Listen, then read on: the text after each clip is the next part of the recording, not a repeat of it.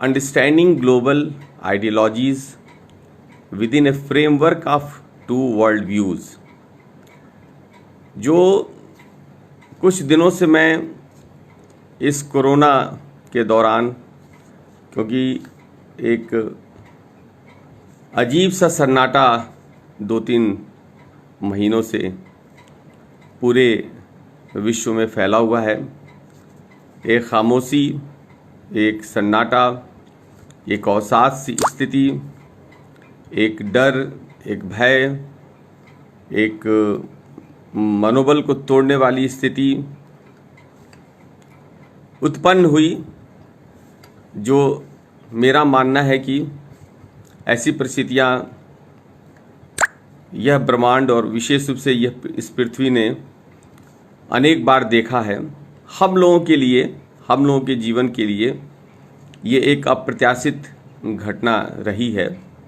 और ऐसी अप्रत्याशित घटना के बीच में मैं चर्चा कर रहा था, वैश्विक जो विचारधाराओं की चर्चा मैं कुछ दिनों से कर रहा था, और उनकी चर्चा मैं अनायास ही नहीं कर रहा था। ये 2-3 महीने में जो उत्पन्न स्थिति से जो मनोबल पर जो एक नकारात्मक प्रभाव पड़ रहा था, हमारी सोच पर जो एक नकारात्मक प्रभाव पड़ रहा था, हमारे इस पूरे कार्यकलाप पर जो नकारात्मक प्रभाव पड़ रहा था, तो मुझे लगा कि इससे कैसे बड़े ही प्रभावशाली तरीके से निपटा जाए। जब भी कोई संकट उत्पन्न होता है, चाहे व्यक्तिगत स्तर पर, चाहे परिवार के स्तर पर, चाहे समाज के स्तर पर, चाहे वो राज्य के स्तर पर, चाहे वो वैश्विक स्तर पर, चाहे वो ब्रह्मांड के स्तर पर, यूनिवर्स के लेवल पर, ऐसे हालात में हमें बहुत डेस्परेट होने की आवश्यकता नहीं है। सबसे बड़ी बात है कि हमें उसको समझना पड़ेगा, वो वाकई क्यों आया, क्यों ऐसी परिस्थितियाँ उत्पन्न हो गई। मनुष्य पशु जगत से, वो पशु जगत का ही हिस्सा है, लेकिन पशु जगत से वो भिन्न है, क्योंकि प्रकृति ने उसे होमोसेपियन बनाया, चिंतन मानव बनाया। वो कमज़ोर, सबसे कमज़ोर है इस ब्रह्मांड में शारीरिक रूप से देखा जाए, लेकिन प्रकृति ने उसे कंपनसेट किया, चिंतन की एक अनवरत एक प्रक्रिया उसको सौंपी और कहा कि तुम अपनी बहुत सारी समस्याओं का समाधान सोच कर, विचार कर, तर्क का प्रयोग करके, तथ्यों का प्रयोग करके तुम कर सकते हो। और शायद ये एक ऐसा समय है जहाँ की ये अवसर प्रकृति ने हमें दिया कि इस चुनौती का कैसे सामना किया जाए और बहुत ही प्रभावशाली तरीके से सामना किया जाए। और इसीलिए मैं 2-3 महीने से उस चिंतन में मैं डूबा हुआ था और वहाँ मुझे कुछ चीज़ें दिखाई दी, और उसी के संदर्भों में मैंने 2 विश्व दृष्टि की मैं चर्चा कर रहा हूँ कि दुनिया को देखना है, या हम कोई भी चीज़ को देखते हैं तो एक हमारा नज़रिया होता है, हमारा क्या दृष्टिकोण होता है, हम चीज़ों को कैसे देख रहे हैं। हमारे उस देखने में ही वो चीज़ अच्छी हो जाती है और वही चीज़ बुरी हो जाती है, वही चीज़ बहुत ही इंस्पायर करती है, वही चीज़ बहुत ही मनोबल को बहुत ही एक तरह से सीमित करती है, एक तरह से सिंक करती है। तो हमारा जो दृष्टिकोण होता है वो जीवन भर वो चलता रहता है, और दृष्टिकोण जब बुझता है तो जीवन भी बुझ जाता है, लेकिन जीवन अंततः बुझता नहीं है। जीवन अपने रूप और रंग को वो बदल लेता है और वो निरंतर एक प्रवाह का हिस्सा बन जाता है, वो चलता रहता है। यहाँ पर कोई चीज़ समाप्त नहीं होती है। और इसी से मुझे लगा कि जब हम जो वैश्विक जो वैचारिकी की जब हम चर्चा करते हैं, वैश्विक वैचारिकी की चर्चा हमने इसलिए की क्योंकि निसंदेह पश्चिम का दर्शन बहुत ही समृद्ध रहा है, लेकिन साथ ही साथ में एक बात और आ रही है कि भारत विश्व दृष्टि, इसलिए मैंने 2 विश्व दृष्टियों की चर्चा की, और उस 2 विश्व दृष्टि के ही अंतर्गत हमने समूचे विश्व की वैचारिकी का मैं विश्लेषण कर रहा हूँ। कुछ लोग ये भी सोच सकते हैं कि ये बड़ा ही दुस्साहसिक कार्य है, लेकिन मुझे ये दुस्साहसिक कार्य नहीं लग रहा है। ये चीज़ों को समझने में बहुत ही एक ये फ्रेमवर्क, ये जो ढांचा मैं प्रस्तुत कर रहा हूँ, और ये भी साथ साथ में मैं कहना चाहूँगा कि ये जो 2 फ्रेमवर्क की मैं जो चर्चा करना चाहता हूँ, ये मेरा कोई बहुत, इसमें मेरा मौलिकता नहीं है, लेकिन साथ साथ में एक बात है कि किसी चीज़ को प्रस्तुत करने में या उसी में हमारी नवीनता हो सकती है। इसलिए मैंने एक वीडियो में कहा कि जो मौलिकता की जो के दावे होते हैं बड़े ख़तरनाक होते हैं। कहा भी गया कि ओनली फूल्स आर ओरिजिनल। तो मैं कोई ओरिजिनल नहीं हूँ, ना ही मैं ये दावा करता हूँ कि ये मेरा कोई बहुत ही ओरिजिनल ये मतलब फ्रेमवर्क है। ये फ्रेमवर्क था, लेकिन उस फ्रेमवर्क को मैं एक नए संदर्भ में मैंने उठाया है। और साथ ही साथ में ये दो फ्रेमवर्क के ही अंतर्गत मैं विश्व की अन्य विचारधाराओं की चर्चा करूंगा, चाहे वो पश्चिम की पूरी विचार परंपरा की चर्चा करूंगा, जिसमें कि ग्रीक थिंकर से लेके और जो वर्तमान में जो थिंकर्स चल रहे हैं, पोस्ट मॉडर्निस्ट जो चल रहे हैं, इनकी चर्चा हम कर सकते हैं। फेमिनिस्ट जो बहुत सारे चिंतक हैं उनकी हम चर्चा कर सकते हैं। ये चर्चाओं में पूरा का पूरा पश्चिमी जगत की चर्चा हो सकती है। पश्चिम एशिया के अंतर्गत भी बहुत सारा चिंतन है, जो एक उसका खास एक उसका लक्ष्य है, उसका उद्देश्य है, उसकी भी चर्चा हम करेंगे। और साथ ही साथ में जो पूरा का पूरा जो पूरब का दर्शन है, जिसमें कि एशियान जिसको कहते हैं, एशियाज थॉट में चाइनीज़ फिलॉसफी आ जाती है अभी, या बहुत सारा दर्शन जो जापान या उधर फैला हुआ है, उसकी भी हम चर्चा करेंगे। लेकिन और साथ ही साथ में ये समूचे दर्शन की चर्चा के लिए मैं दो फ्रेमवर्क मुझे लग रहा है कि बहुत ही हमारे लिए सहायक हो सकता है। एक फ्रेमवर्क जिसकी मैं चर्चा करूंगा जिसका मैंने नाम दिया है इंडिया वर्ल्ड व्यू। ये भारत विश्व दृष्टि, और साथ साथ में ये भी मैं स्पष्ट करना चाहूँगा कि ये भारत विश्व दृष्टि है, ये भारतीय विश्व दृष्टि नहीं है। ये इंडियन वर्ल्ड व्यू की चर्चा मैं नहीं करने जाता हूँ। मैं इंडिया वर्ल्ड व्यू के वैश्विक महत्व, ब्रह्मांडीय महत्व को मैं सीमित और संकुचित नहीं करना चाहता हूँ, क्योंकि ये बहुत ही सशक्त विचार इसके अंदर है। और मैं इसलिए ये बात नहीं कह रहा हूँ कि मैं भारतीय हूँ या भारत के एक हिस्से में मैं पैदा हुआ हूँ, या मैं किसी राष्ट्रवाद से मैं प्रेरित होकर या किसी विचारधारा से प्रभावित होकर ये बात मैं कह रहा हूँ। मैंने ये बात स्पष्ट पहले भी की थी कि मैं विश्व के किसी भी कोने में होता तो मैं भारत विश्व दृष्टि की चर्चा इसी तरीके से करता जिस तरीके से आज मैं करना चाहता हूँ। साथ ही साथ में दूसरा विश्व दृष्टि एक जो हमारे सामने आती है, उसको मैंने कहा कि वो ईसा के 700 साल पहले वो दृष्टि आती है, जिसको अब्राहम का विश्व दृष्टि मैंने दिया है, अब्राहमिकी वर्ल्ड व्यू। और जहाँ पर भारत विश्व दृष्टि 5000 साल का इसका अपना इतिहास है। जब हम इतिहास शब्द जोड़ते हैं तो इसका मतलब उसके लिए हमारे पास प्रमाण है, साक्ष्य है, इसलिए वो इतिहास का एक हिस्सा बन जाता है। लेकिन ये भारत विश्व दृष्टि को मैं सीमित मैं नहीं करना चाहता हूँ, बहुत ही पहले से चली आ रही है। और जैसे जैसे हमें उस पुरातन संदर्भों का पता चलेगा, साक्ष्यों का पता चलेगा, ये 5000 का जो काल है विस्तारित होता जाएगा। ये संकुचित तो नहीं होगा, ये एक्सपेंड ही होगा, ये ऐसी मेरी मान्यता है। साथ ही साथ में जो ईसा पूर्व जो आप कह सकते हैं 700 साल पहले अब्राहम साहब आते हैं और लगभग वो 2700 साल पूरा होता है। अब्राहम साहब का इसलिए महत्व हो जाता है कि अब्राहम के पूरे दर्शन से बड़े मूलभूत 3 रिलीजन का जन्म होता है, जिसमें कि हम यहूदी धर्म की चर्चा करते हैं। धर्म की चर्चा नहीं, मैं धर्म शब्द का प्रयोग में हम लोगों ने इतना ज़्यादा कन्फ्यूजन है धर्म और रिलीजन का कि वो बार बार वो गलती होती रहती है। यानी कि उससे 3 रिलीजन का एक तरह से प्रमुख रूप से जो का जन्म होता है। पहला यहूदी रिलीजन का जन्म होता है, आगे चलकर 700 साल बाद ईसाई धर्म का रिलीजन का जन्म होता है, और उसके 700 साल बाद इस्लाम रिलीजन या मज़हब का जन्म होता है।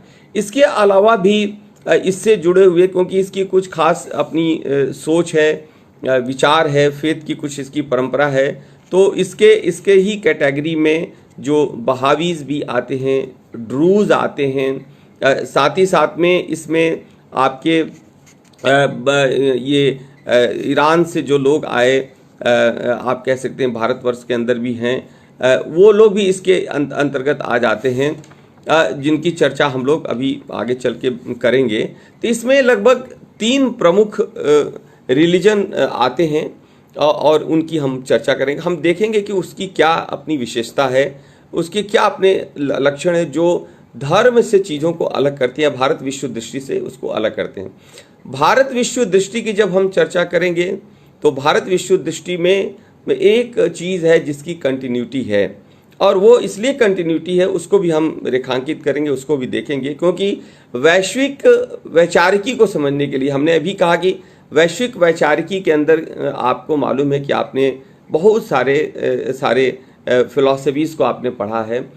ग्रीक का दर्शन आपने पढ़ा है, आपने रोमन फिलॉसफी पढ़ा है, आपने मिडिवल पीरियड का दर्शन पढ़ा है, आपने साथ साथ में पूरा का पूरा जो रेनेसा का आपने पूरा जो डिस्कोर्स हो रहा है उसको भी आपने पढ़ा है।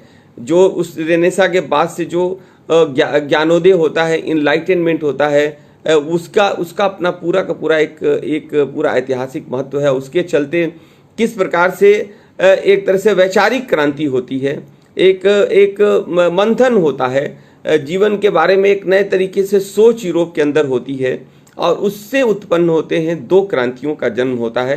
एक क्रांति जो आप कह सकते हैं कि वैज्ञानिक क्रांति होती है।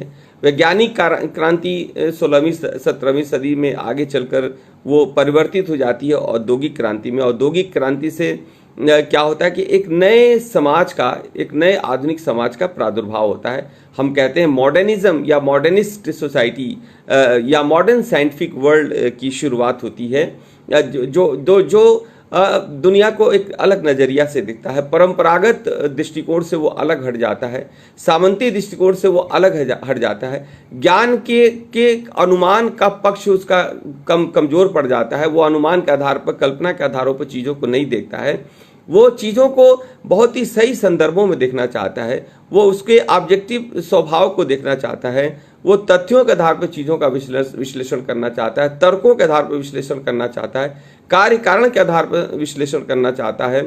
साथ ही साथ में उस क्रांति ने क्या किया कि पूरे उस समाज में, जो बहुत ही संकटग्रस्त समाज होता है, बहुत ही परेशान सा समाज होता है, बहुत ही विपन्नता के दौर से गुजरता हुआ समाज होता है, बहुत ही जिसको कहते हैं अंध युग, डार्क एज से गुजरता हुआ समाज होता है, उसको एक संबल प्रदान करता है और उसको उस जो एक तरह से कहेंगे स्टैग्नेशन है, जो एक जड़ता आ जाती है, जो समाज के अंदर ठहराव सा आ जाता है, जो एक तरह से इनर्शिया आ जाती है, उस पूरे इनर्शिया से वो निकालता है। वो पूरा का पूरा समाज जो एक निराशा के दौर में जाता है और वो निराशा उसकी और परपेचुएट हो जाती है, उसमें जीवन समाप्त हो जाता है। वो ईश्वर की चर्चा होती है और उसमें ईश्वर की भी चर्चा नहीं होती है, अब मुक्ति की चर्चा वो करने लगते हैं, आफ्टर डेथ की चर्चा वो करते हैं। जीवन बहुत ही पीड़ित और परेशान सा हो जाता है। वैसी स्थिति में वो जो क्रांतियाँ होती हैं बहुत ही महत्वपूर्ण रोल अदा करती हैं, और उन्हीं से आप देखेंगे कि उस क्रांति का जो आगे चलकर प्रभाव पड़ता है, जिससे कि अमेरिका के अंदर 1776 के अंदर अमेरिकी क्रांति, 1789 के अंदर फ्रांस की राज्य क्रांति, उसके बाद से आपने देखा कि किस तरीके से 1917 की रूसी क्रांति, 1947 की भारत की जो क्रांति आज़ादी की लड़ाई होती है, 1949 में चीन की लाल क्रांति, और ये क्रांतियों का एक दौर चलता है। यानी आप देख सकते हैं कि उस वैचारिकी का, सकारात्मक सोच का, तर्कपूर्ण सोच का, वस्तुनिष्ठ सोच का कितना ज़्यादा प्रभाव पड़ता है, और वो एक अंध युग से पूरा समाज निकल जाता है। तो आप देखेंगे कि मैं इसको इस तरीके से जोड़ूंगा कि किस प्रकार से वो दर्शन का और विचारधाराओं का क्या प्रभाव पड़ता है, और ये पूरे के पूरे यूरोप के जागरण पर, यूरोप के पुनर्जागरण पर मेरा मानना है कि भारत विश्व दृष्टि का बहुत ही बड़ा योगदान होता है। इसको मैं भी एक्सप्लेन करूंगा कि किस तरीके से भारत की विश्व दृष्टि यूरोप के उस पुनर्जागरण में और उसके ज्ञानोदय में किस प्रकार से वो सहायता प्रदान करती है। क्योंकि जो उसकी जो परंपरा थी, उसकी जो चिंतन की परंपरा थी, उसकी जो ज्ञान मीमांसा उसकी थी, जिसको हम कहते हैं इपिस्टेमोलॉजी उसकी जो थी, उसकी जो सत्ता की मीमांसा थी, ऑन्टोलॉजी थी, या उसकी जो आप कहेंगे कि जो मूल्य की मीमांसा थी, एक्सोमोलॉजी थी, वो एक्सोमोलॉजी वो कहाँ से किससे प्रभावित होती है, क्यों अचानक वो समाज पूरी तरीके से वो जड़ता में चला जाता है, वो समाज पूरी तरीके से अंध समय में चला जाता है, और उसको निकलने की जो छटपटाहट होती है वो किस तरीके से उसको एक नए वैचारिकी की तरफ देखने के लिए बाध्य करती है। ये सारी बातें मैं चर्चा करूंगा, लेकिन साथ ही साथ में ये भी देखना है कि जिस परंपरा से वो प्रेरित होता है वो परंपरा आप देखेंगे कि 14वीं 15वीं सदी के अंदर वहाँ पुनर्जागरण की शुरुआत होती है। उसके पहले ये लगभग आप मान सकते हैं कि 1400 साल और 14 और 7 लगभग उनके पास 7वीं सदी से एक उनके पास परंपरा थी, अब्राहम की परंपरा आती है,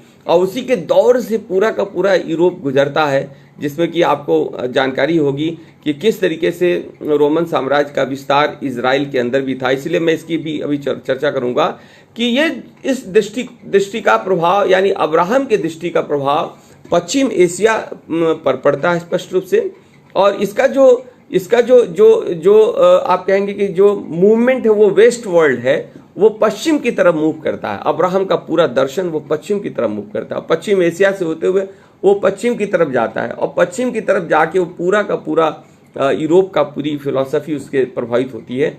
और ये पश्चिम की तरफ कैसे जाता है, क्योंकि 370 के अंदर ईसा के बाद उसी रोमन साम्राज्य जो जीसस क्राइस्ट को एक तरह से सूली पे चढ़ाता है यहूदियों को खुश करने के लिए, यहूदियों के कहने पे ही जीसस क्राइस्ट को सूली पे चढ़ाया जाता है, वही 370 में रोमन साम्राज्य ईसाई धर्म को, ईसाई रिलीजन को वो अपने राज्य, अपने स्टेट का एक पार्ट बना देता है, उसको अडॉप्ट कर लेता है। यानी कि रोमन साम्राज्य ईसाई के फेथ पर वो सवार हो जाता है, और फेथ पर सवार होकर वो आगे चलता है, और किस तरीके से वो होली रोमन साम्राज्य, पवित्र रोमन साम्राज्य में परिवर्तित होता है। आगे चलकर आपने देखा कि दो बड़े ही महत्वपूर्ण साम्राज्य, रोमन साम्राज्यों का गठन होता है, और पश्चिमी रोमन साम्राज्य जिसकी राजधानी रोम के अंदर होती है, और पूर्वी रोमन साम्राज्य जो बाइजेंटाइन साम्राज्य के रूप में जाना जाता है, जिसकी राजधानी कॉन्स्टेंटाइन या कुस्तुनतुनिया, जो वर्तमान तुर्की का इस्तांबुल का क्षेत्र है, यहाँ पर एक नई सभ्यता का ये गठन करते हैं। बहुत लंबे समय तक जो बाइजेंटाइन साम्राज्य चलता रहता है, और जो अचानक 1453 में ये ध्वस्त हो जाता है, या ध्वस्त किया जाता है, विशेष रूप से जो तुर्की में, जो तुर्की के अगल बगल एक ट्राइब थी ऑटोमन्स की, ऑटोमन्स उसको कब्जा करते हैं, लेकिन ये अनायासी कब्जा नहीं करते हैं। ऑटोमन्स का गठन 1299 के अंदर ऑटोमन एम्पायर, एक तरह से ऑटोमन्स आते हैं, लेकिन 1453 यानी इतने साल उनको लग जाते हैं बाइजेंटाइन एम्पायर या कुस्तुनतुनिया पर अटैक करने के लिए, या उसको कैप्चर करने के लिए। उनके मन में उसको कैप्चर करने की अभिलाषा बहुत पुरानी होती है, लेकिन वो 200 साल से ऊपर वो फिर भी लग जाता है। और साथ ही साथ में इसकी एक वैचारिक पृष्ठभूमि है जो मैं चर्चा करूंगा, और ये जो लिंक है, इसलिए जो मेरे डिस्कशंस के अंदर बहुत सारी बातें आएंगी, इतिहास, राजनीति, धर्म, रिलीजन, कल्चर, और एक दूसरे को क्रॉस करेंगे, और उनके बीच में हमको एक बस उसको जोड़ते जाना, उस लिंकेज को देखना है।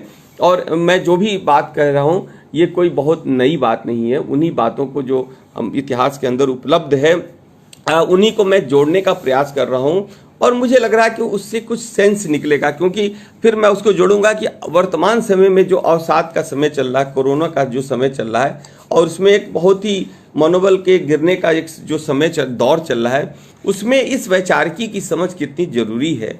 और साथ ही साथ में जो भारतवर्ष में, और साथ साथ में भारतवर्ष से जुड़े हुए दर्शन में लोगों को देखने का नजरिया भी मेरे ख्याल से एक बहुत ही स्पष्ट तरीके से स्पष्ट हो जाएगा। तो मैंने कहा कि एक दृष्टि जो अब्राहम की है, उसका जो वेस्ट की तरफ उसका रुझान होता है, और वो वेस्ट की तरफ जाता है, पश्चिम एशिया से होते हुए पश्चिम की तरफ फैल जाता है, और उसका प्रभाव पश्चिम के जितने दर्शन आते हैं, आपको आश्चर्य होगा कि वो प्रभाव डालता है, और प्रभाव ही नहीं डालता, अभी भी वो प्रभाव डाल रहा है।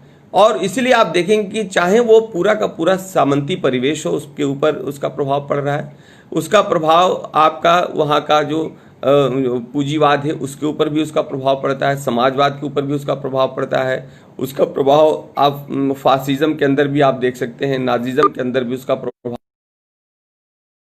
एक तरह से आगे चल के बहुत सारी विचारधाराएं आती हैं पश्चिम के अंदर, उस पर ही पड़ता है। साथ ही साथ में एक और बात आई, सेकेंड वर्ल्ड वॉर के बाद से अचानक वहां पर देखा गया कि पश्चिम के अंदर भय केंद्रित मतलब समापनों की घोषणा की गई, अंत की घोषणा की गई, एंड ऑफ आइडियोलॉजी की चर्चा हो रही है, डैनियल बेल साहब कर रहे हैं। संदर्भ अलग है, लेकिन फिर भी मैं कहूंगा कि ये एंड ये कर रहे हैं, अंत की बात कर रहे हैं। ये अंत कहां से आ रहा है?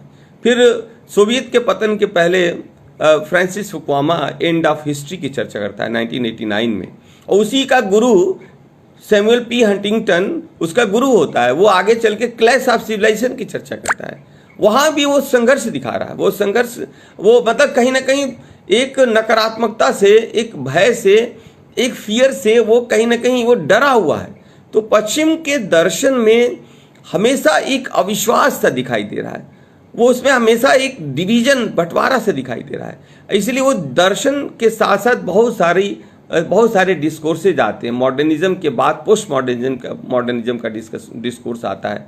उसके अंदर भी वो एक चीज़ों को बड़ा ही पार्ट में बांट कर देखना, विखंडित करके चीज़ों को देखना, उसके बहुत टुकड़े टुकड़े करके चीज़ों को देखना, उसमें विशेषज्ञता का नाम देना, ये सब सारी चीज़ें क्या करती हैं, जबकि उनका संबंध पूंजीवाद के साथ भी है, कैपिटलिज्म के विकास विस्तार के साथ है। कैपिटलिज्म का एक स्वभाव है जो चीज़ों को बांटता है, क्योंकि उसको बाजार में चीज़ों को बेचना है, उसको बाजार में अपने प्रॉफिट को बढ़ाना है।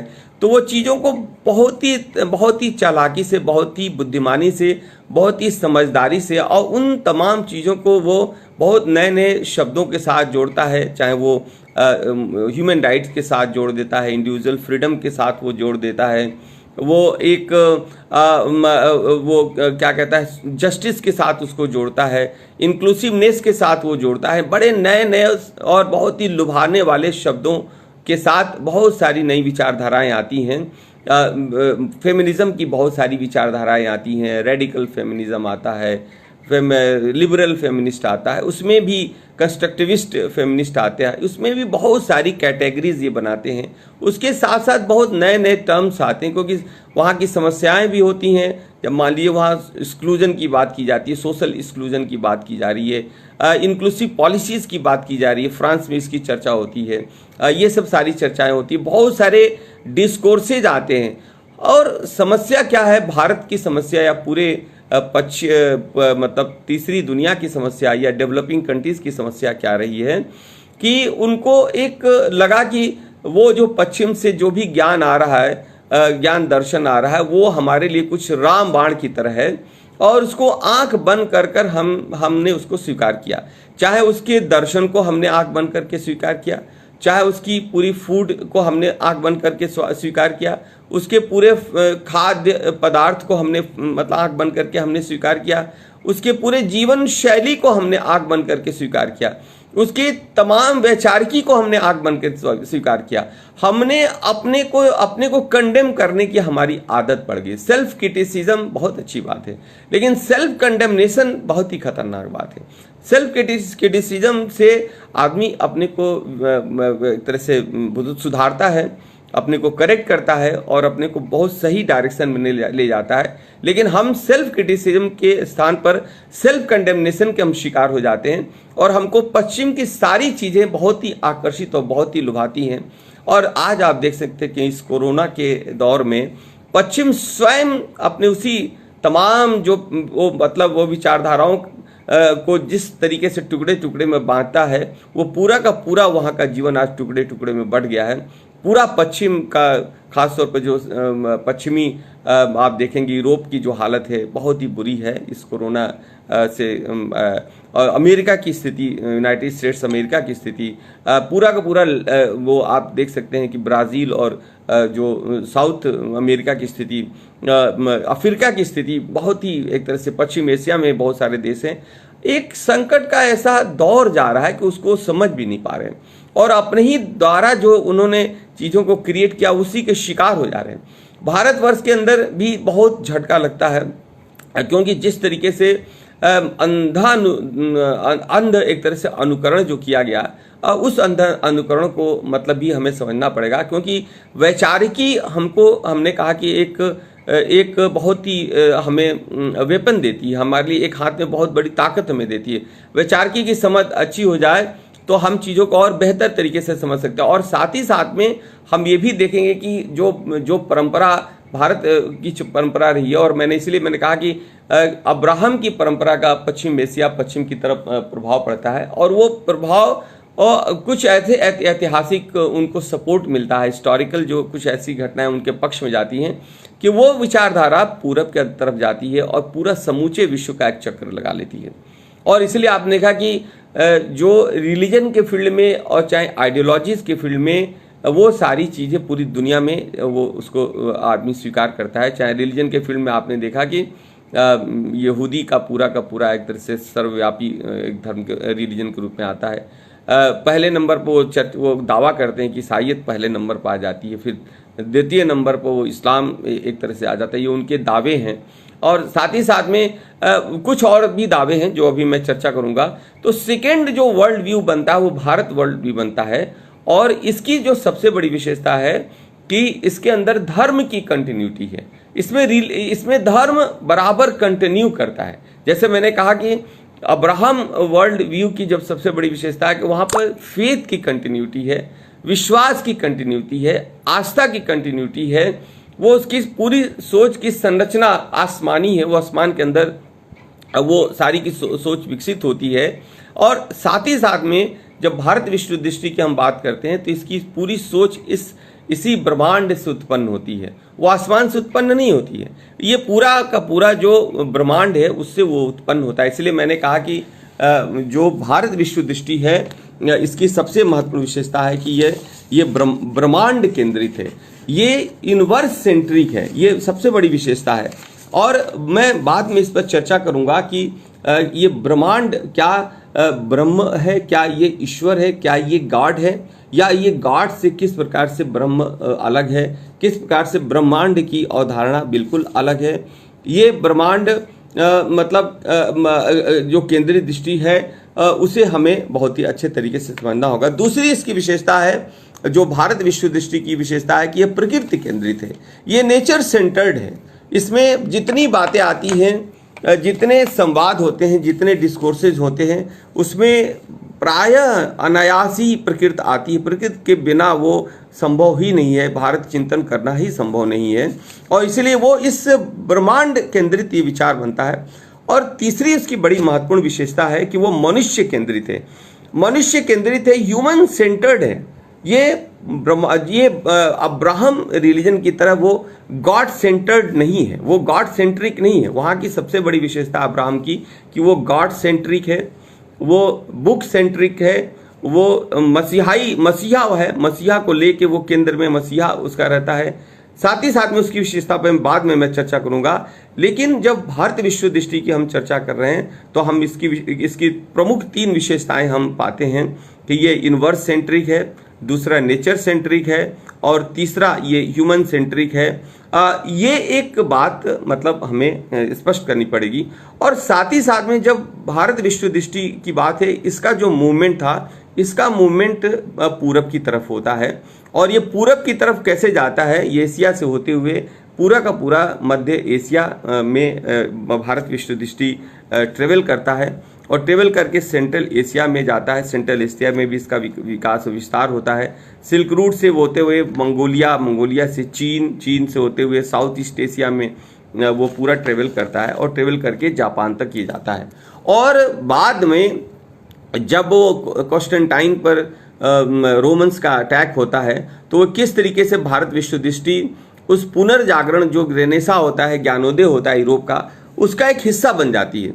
और हिस्सा बन के वो पूरे समूचे में ये अपनी एक परिधि को पूरा कर लेती है, इसका भी ट्रेवल पूरा हो जाता है। आज इस कोरोना के संकट में आज पूरी दुनिया, ये कोई मेरा दावा नहीं है ये तथ्यों के आधार पर मैं बात कर रहा हूँ कि भारत की तरफ देख रही है, और भारत की तरफ देख रही है तो इससे भारत में रहने वालों को बहुत ज़्यादा किसी अल्ट्रा नेशनलिज्म से बहुत ज़्यादा नहीं उसके बहाव में नहीं आना चाहिए।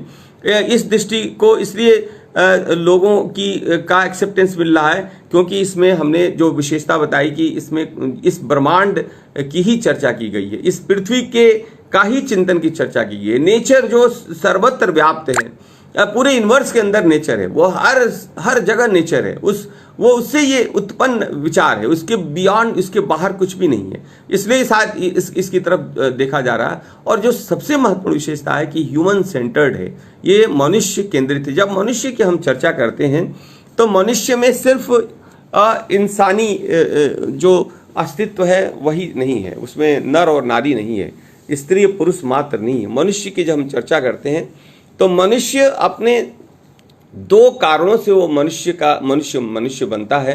उसमें एक फ्लोरा का अपना रोल होता है जिसको हम कहते हैं वनस्पति जगत पूरी तरह से होती है, और दूसरा है वो फौना है जो प्राणी जगत, वो स्वयं प्राणी जगत से आता है लेकिन मनुष्य बीच में आ जाता है। वो वनस्पति और प्राणी जगत के बीच में है, वो दोनों के बीच में एक ब्रिज का काम करता है, वो एक पुल का काम करता है, और उसका स्वयं का अस्तित्व वो प्रकृति का स्वयं उत्पाद है। मनुष्य स्वयं प्रकृति का ही प्रोडक्ट है, और प्रकृति का प्रोडक्ट आपका वनस्पति जगत भी है, प्रकृति का प्रोडक्ट आपका पूरा का पूरा जो पशु जगत है, यानी कि वो पूरी तरीके से ब्रह्मांड केंद्रित है, वो पूरी तरीके से प्रकृति केंद्रित है, और मनुष्य केंद्रित एक दृष्टिकोण बनता है। इसलिए ये इस दर्शन की अपनी विशेषता है कि दर्शन की आज एक तरह से दर्शन की तरफ या इस दृष्टिकोण की तरफ समूची दुनिया देख रही है। और मैं ये भी बताऊंगा कि इस पूरे दृष्टिकोण के अंदर कुछ ऐसी बातें हैं जो लोगों को रिलीजन की परंपरा से, फेथ की परंपरा से अलग करती हैं, और ये इस तरीके से पूरब की तरफ जाता है। अब फिर अपना एक चक्र पूरा करके आज की स्थिति में, आज जब हम लोग इस पर चर्चा कर रहे हैं, इस 2020 में हम चर्चा कर रहे हैं, ये पूरा का पूरा जुलाई का माह हमारा निकल रहा है, तो उसमें इस चर्चा में भारत विश्व दृष्टि एक बहुत ही महत्वपूर्ण चिंतन का एक फ्रेमवर्क हमको देता है। और साथ ही साथ में दो बातें और भी मैं चर्चा करूंगा, क्योंकि दृष्टिकोण और जो पृष्ठभूमि होती है वो दृष्टिकोण जो भी दृष्टि होती है वो पृष्ठभूमि से भी एक तरह से वो शेप्ड होती है, उसी से वो गवर्न होती है। तो भारत विश्व दृष्टि का का जन्म जो होता है वो साउथ एशिया में होता है। वो आप देखेंगे साउथ एशिया से जुड़ा हुआ अफगानिस्तान से लेके हम तो कहेंगे कि पूरा दक्षिण भारत और साथ साथ में जावा, सुमात्रा, साउथ ईस्ट एशिया का भी कुछ ऐसा पार्ट आएगा।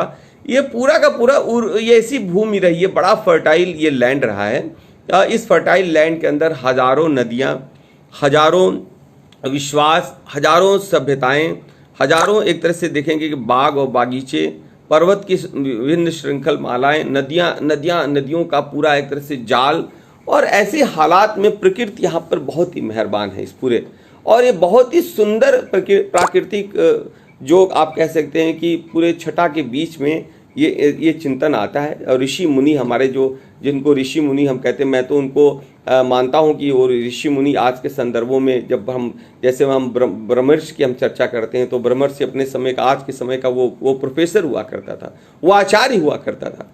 वो जो राजर्षि था वो आप कह सकते हैं कि वो एसोसिएट प्रोफेसर की तरह था, वो अभी चिंतन के दौर से गुजरता है। उसी तरीके से असिस्टेंट है, वहाँ पर ऋषि हैं, वहाँ पर सन्यासी हैं, वहाँ पर ये अपने अपने युग के एक तरह से ये इसमें वैज्ञानिक भी हैं, इसमें सामाजिक चिंतक भी हैं, इसमें आर्थिक चिंतक भी हैं, राजनीतिक चिंतक भी हैं। वो अपने युग के हर युग का अपना एक नाम होता है और वहाँ पर बड़ा गहन तरीके से चिंता की जाती है और उस पर तो आप देख सकते हैं कि भारत विश्व दृष्टि एक ऐसे भूमि में, एक ऐसे वातावरण में, एक ऐसे जलवायु में उत्पन्न होती है कि यहाँ पर प्रचुर मात्रा में भोजन होता है, प्रचुर मात्रा में जीवन बहुत अनुकूल होता है। इसलिए यहाँ के लोगों को कभी कहीं लूट माट करने के लिए बाहर नहीं जाना पड़ा, किसी प्रकार का आक्रमण नहीं करना पड़ा, इन्वेडर नहीं बनना पड़ा, कहीं भी जाके इनको उपनिवेशों का निर्माण नहीं करना पड़ा, क्योंकि सेल्फ रिलायंट समाज था, सेल्फ सफिशिएंट समाज था,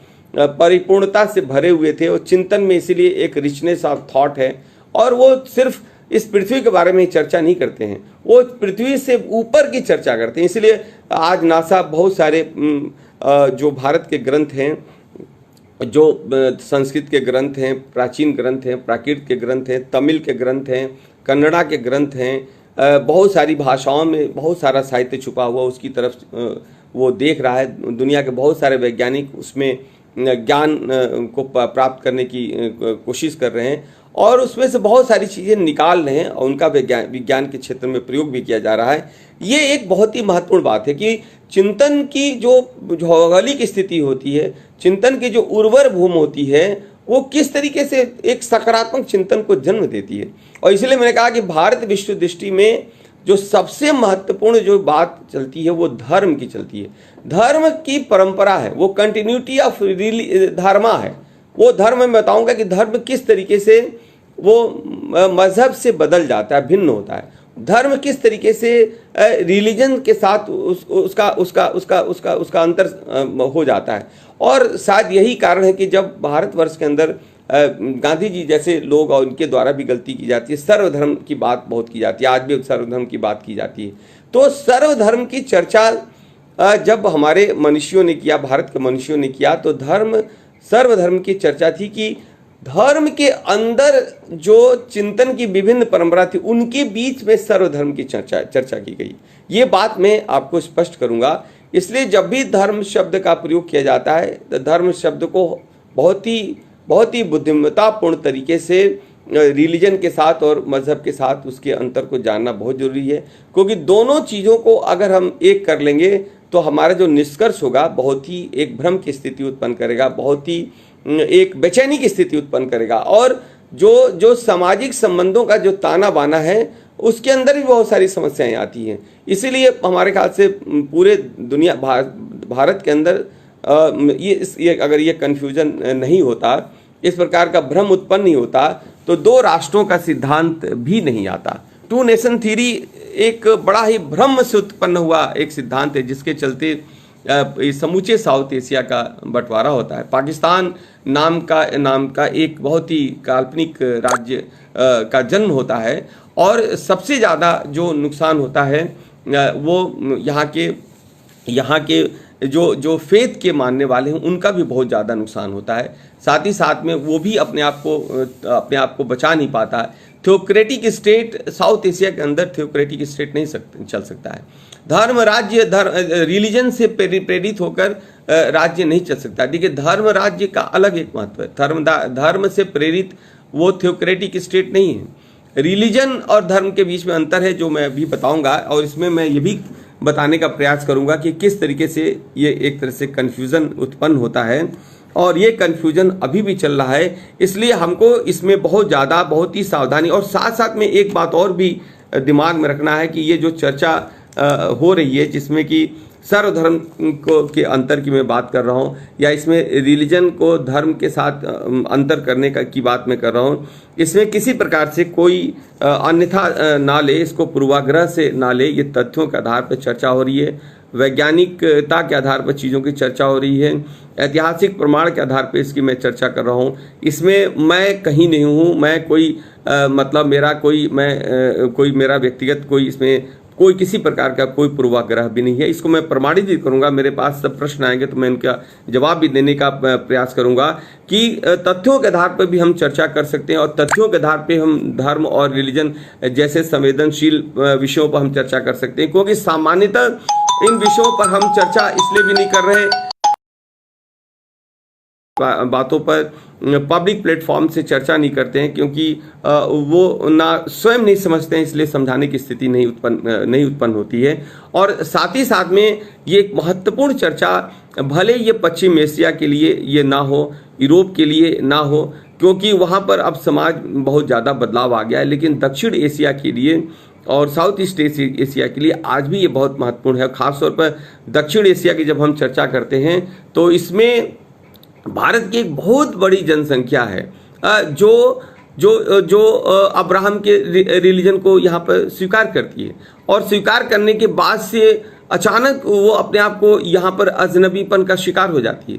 तो क्या कारण है कि अब्राहम के रिलीजन को, चाहे वो जुडिज्म को, चाहे वो इस्लाम को, चाहे वो ईसाईयत को स्वीकार करने के बाद से वो अपने आप को अपने ही देश के अंदर बेगाना सा हो जाता है। वो अपने ही देश के अंदर, अब वो अपने देश के अंदर अपने विश्वास को ढूंढता नहीं है, वो देश से बाहर अपने विश्वासों को ढूंढने लगता है। उसकी जो प्रतिबद्धता है वो यहाँ की प्रकृति से उसकी प्रतिबद्धता टूट जाती है। उसे हिमालय अब उसको अपना नहीं लगता है, यहाँ की नदियाँ उसे अचानक अपना नहीं लगती हैं, उसे यहाँ की जमीन उसे अचानक अपना नहीं लगती है। इसी जमीन में जहाँ वो उत्पन्न होता है, उसके पूर्वज उत्पन्न होते हैं, उसका पूरा एक इतिहास, एक समृद्ध इतिहास होता है, वो अचानक इस समृद्ध इतिहास से कट जाता है।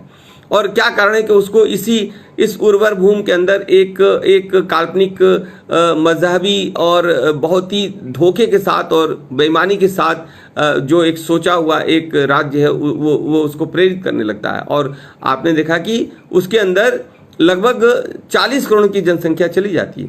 वो 71 के बाद से बांग्लादेश आज़ाद होता है, तो भी आप देखेंगे कि सऊदी अरेबिया जहाँ की इस्लाम का प्रादुर्भाव होता है, वहाँ भी आज की जनसंख्या लगभग 3-3.5 करोड़ है। और दक्षिण एशिया के अंदर अकेले इस्लाम को मानने वालों की संख्या लगभग 60 करोड़ के लगभग है। तो ये इसलिए नहीं है कि ये कोई बाहर के, मेरी चिंता इसलिए नहीं है कि आप ये इन्होंने ईसाई या ये ज्वाइन करने से अचानक ये मतलब हमारे ये भारत देश से वो अलग हो जाते हैं। ये एक चिंतन की एक प्रक्रिया रही है, लेकिन चिंतन की प्रक्रिया में क्या ऐसी बात है जो अभी उनको अपने राज्य के साथ, अपने देश के साथ, अपनी प्रकृति के साथ, इस ब्रह्मांड के साथ जोड़ने में एक मार्ग बाधा उत्पन्न करती है। इन विषयों पर भी हमको खुलकर अभी चर्चा करनी पड़ेगी।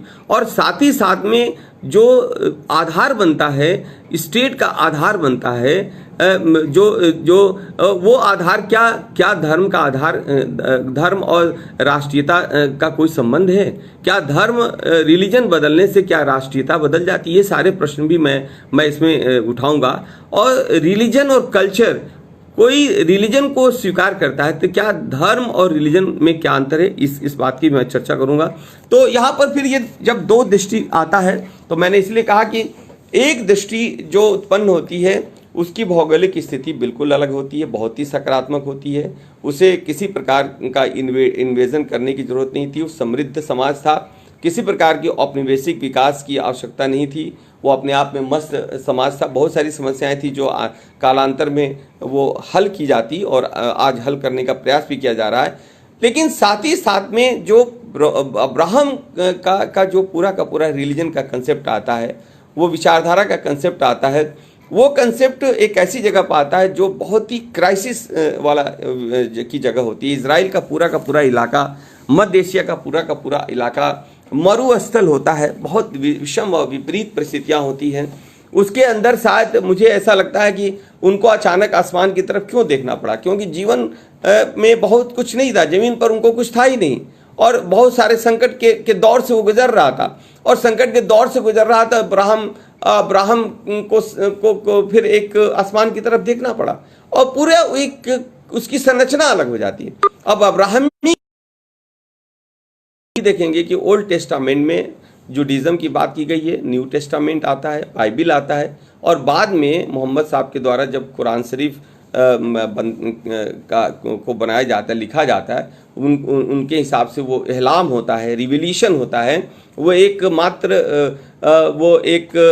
मैसेंजर होते हैं, वो एक तरह से पैगंबर होते हैं, पैगाम, गॉड उनको एक तरह से पैगाम दे रहा है, इंफॉर्मेशन दे रहा है, जानकारी दे रहा, और वो मात्र एक कहते हैं कि मैं तो मैसेंजर हूँ भाई, मुझे जो जानकारी मिली अक्षरशः मैंने शब्दों को इधर से उधर भी नहीं किया और मैं आपके सामने दे रहा हूँ, और ये आप जानिए और आपका काम जानिए। अगर आप इसको फॉलो कर लें अच्छी बात है, और मेरी इसमें बहुत भूमिका नहीं है। और उसके बाद से आपको मालूम है कि 670 में संभवतः मोहम्मद साहब का जन्म हुआ था, और उसके बाद से 40 साल की उम्र में वो इहलाम होता है, और 732 में वो कहा जाता है कि वो सीधे वहाँ से अलास्का मास से वो सीधे एक जन्नत की तरफ चले जाते हैं। उनके मृत्यु के बारे में, उनके कब्र के बारे में कोई जानकारी नहीं है।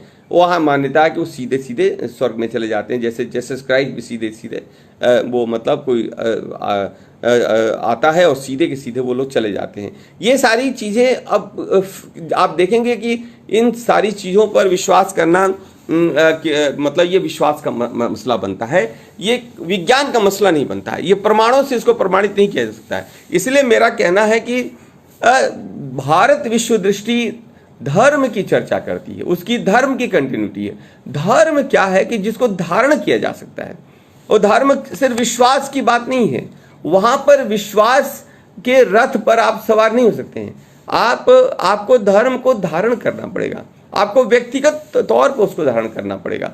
और क्या क्या धारण करना पड़ेगा इस पर भी हम चर्चा करेंगे, क्योंकि मात्र किसी गॉड में फेथ रखना या किसी किताब में फेथ रखने से यहाँ काम नहीं चलने वाला है। और इसीलिए यहाँ पर इंडिविजुअल एक एक व्यक्ति को धर्म धारण करना पड़ेगा, और एक ही व्यक्ति एक ही समय में वो विभिन्न 24 घंटा वो धर्म धारण करता है। पिता के रूप में अलग धर्म धारण करता है, पुत्र के रूप में अलग धर्म धारण करता है, पति के रूप में अलग धर्म धारण करता है, अधिकारी के रूप में अलग धर्म धारण करता है, राज चलाने वाले के रूप में वो अलग धर्म का धारण करता है। वो एक तरह से हर कदम पर उसको धर्म का धारण करना है। और साथ ही साथ में धर्म धारण वो अपने फेथ में नहीं करता, इनमें व्यवहार में करता, अपने आचरण में करता है। उसको आचरण में लेना ही पड़ेगा। वो मात्र फेथ तक उसको सीमित करके उसकी रस्म अदायगी नहीं कर सकता है। अगर वो करता है तो वो छल करता है, वो आप कह सकते हैं कि वो फेथ का काम करता है, वो धर्म का काम नहीं करता है। और धर्म क्या क्या धारण करना है इसकी चर्चा भी विभिन्न धर्म, इसलिए मैंने कहा कि धर्म की कंटिन्यूटी है। और धर्म को आगे बढ़ाने के लिए विभिन्न रथ आते हैं, विभिन्न वकील आते हैं, विभिन्न विचारधाराएं आती हैं, विभिन्न फ्रेमवर्क आता है, विभिन्न स्कूल्स आते हैं। और उन स्कूलों पर अगर हम चर्चा करेंगे, लेकिन धर्म लगातार चला आ रहा है। जैसे मैंने कहा कि 5000 साल पहले प्रारंभिक दौर में 2000 साल तक वेद की परंपरा होती है, और वेद में धर्म चलता रहता है। वेद का जो धर्म है वो प्रकृति की उसमें चर्चा है, उसमें गायों की चर्चा हो रही है, इंद्र की चर्चा हो रही है, बरसात की मांग की जा रही है। वो अपने को समृद्ध होने की मांग करते हैं। वो प्रकृति के साथ उनका इंटरेक्शन होता है, और बहुत ही सुंदर लहजे में वो बहुत सारे भाव निकलते हैं, बहुत सारे मंत्रों का निर्माण किया जाता है, बहुत सारी बातें आती हैं। उसी के अंदर ये चर्चा होती है कि ये तो पूरा का पूरा जो दुनिया है, ये तो हमारी एक तरह से हमारी पड़ोस है। ये एक वसुधैव कुटुंबकम की बात करता है। वो उसके लोग वसुधैव कुटुंबकम की बात करते हैं। उनको पूरा विश्व ही अपना घर लगता है, वो कुटुंब लगता है, वो कम्युनिटी लगती है, वो पड़ोस लगता है। उसमें वो ममतम का भाव ही नहीं देख पाते हैं, और ये आगे परंपरा चलती है। दूसरा एक वकील आता है, तब तक जीवन में स्थायित्व आ जाता है, जीवन में सामाजिक, आर्थिक, राजनीतिक जीवन की शुरुआत हो जाती है। उसके अंदर उपनिषद की चिंता होती है, उपनिषदीय विचार का पूरा आता है। उसमें शासन चलाने से लेके व्यवहारिक जीवन की व्यवहारिक समस्याओं की चर्चा होती है, और उसमें धर्म की चर्चा होती है कि धर्म कैसे धारण करें। उसमें जनक आते हैं, बहुत सारी चिंताएं होती हैं, और बार बार ये धर्म का प्रश्न बहुत ही महत्वपूर्ण बनता है, और ये आगे चलता है। फिर ये आपने देखा कि वेदों में इसकी चर्चा होती है, वेद एक वकील के रूप में है, आपकी उपनिषद एक वकील के रूप में है, पुराण एक वकील के रूप में आता है। आगे चल के चारवाक अपना पूरा का पूरा एक भौतिक दर्शन लेके आता है, वहाँ भी धर्म की चर्चा होती है, और किस तरीके से उसको वो आगे लेके बढ़ाता है। उसके बाद से महावीर स्वामी जैन धर्म का एक रास्ता वो अपना प्रतिपादित करते हैं, जिसमें कि वो अहिंसक तरीके से उसमें पूरा का पूरा हिंसा की एक पूरी परिकल्पना, वैश्विक परिकल्पना की जाती है।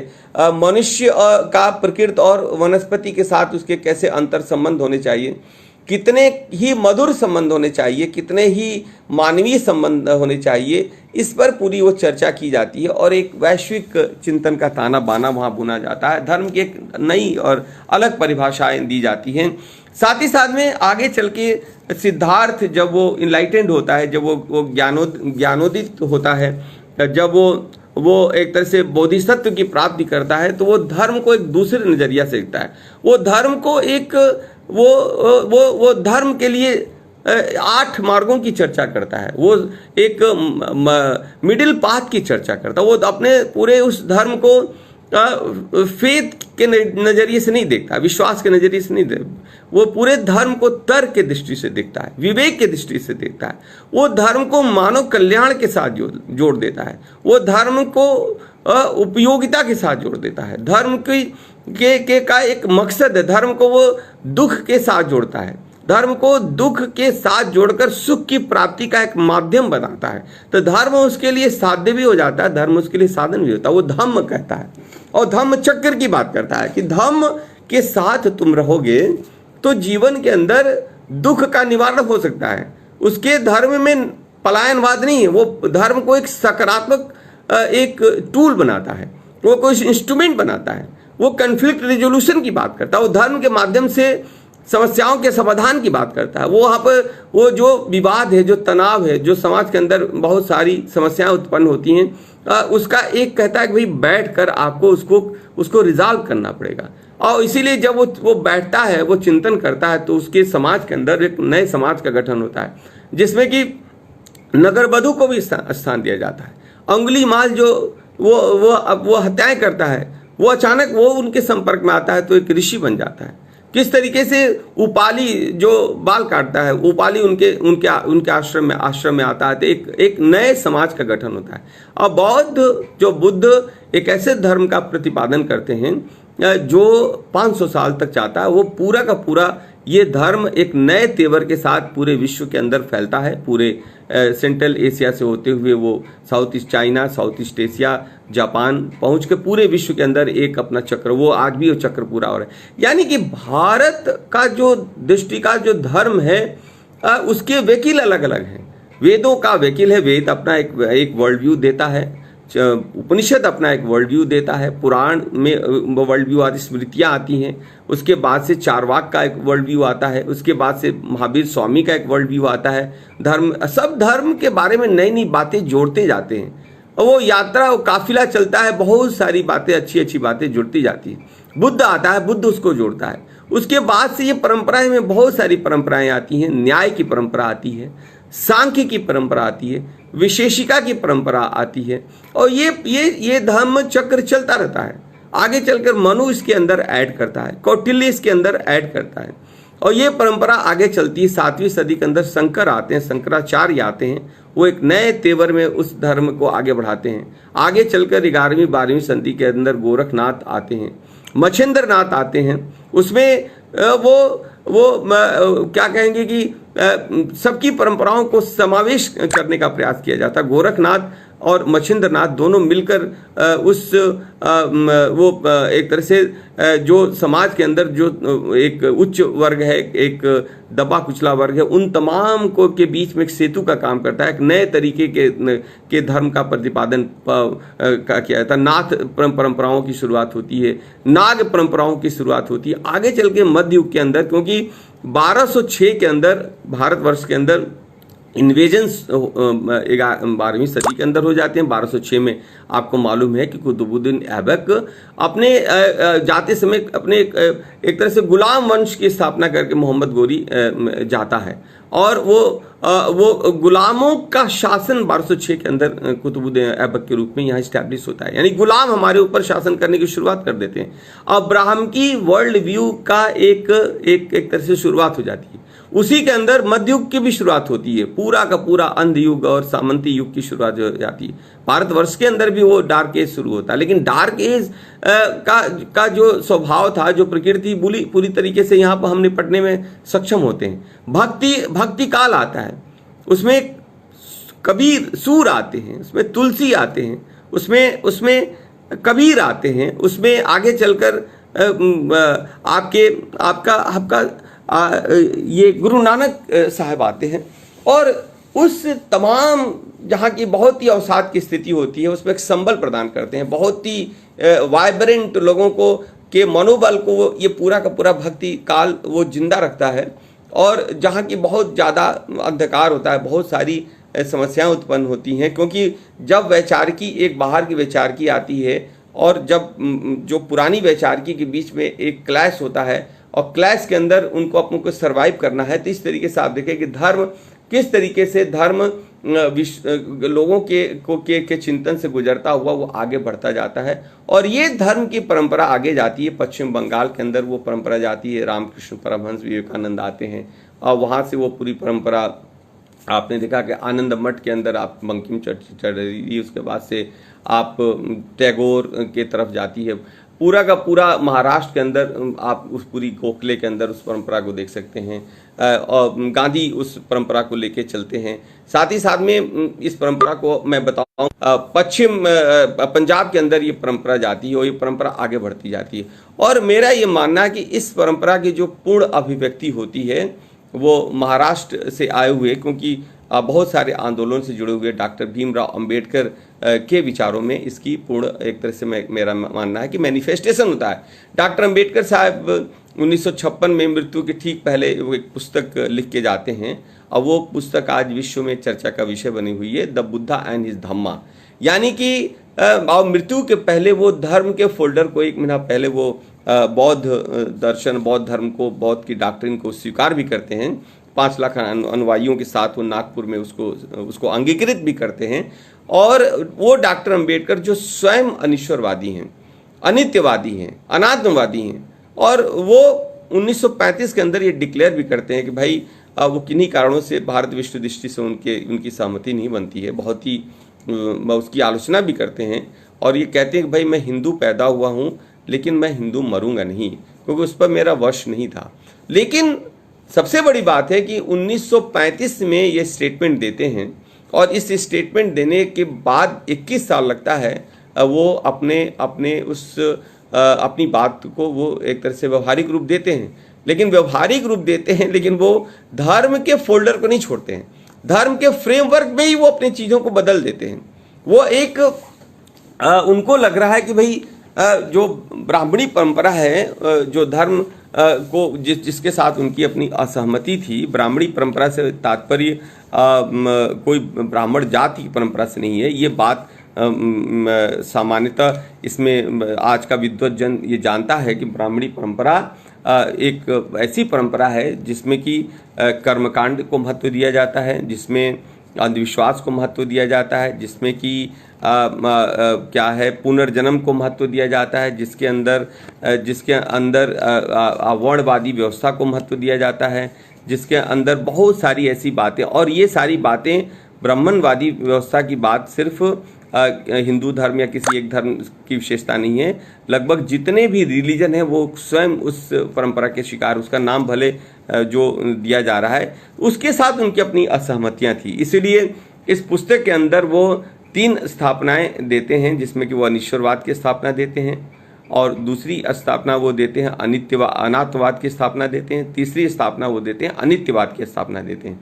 और ये 3 दर्शन के माध्यम से वो एक तरह से बुद्ध के धम्म को वो एक तरह से पुनर्जीवित करते हैं, उसको एक नए तेवर में डालते हैं और लाकर पूरे धर्म की परंपरा को आगे बढ़ा देते हैं। और वो भी धर्म की परंपरा अभी भी चल रही है। और इस धर्म की परंपरा आप देख सकते हैं कि धर्म की परंपरा जब भारतवर्ष में इसकी चर्चा की जाती है तो धर्म की परंपरा को लेके बहुत सारा कन्फ्यूजन, बहुत सारा भ्रम पैदा किया जाता है, और वो भ्रम जानना बहुत जरूरी है। इसीलिए जब 42वां संशोधन संविधान में इंदिरा जी आपात काल की स्थिति में लेके आती हैं तो उसमें अनायासी वो 2 शब्द वो जोड़ने का प्रयास करती हैं, जिसमें कि समाजवादी शब्द को जोड़ना चाहती हैं और साथ ही साथ में सेकुलर शब्द को जोड़ना चाहती हैं।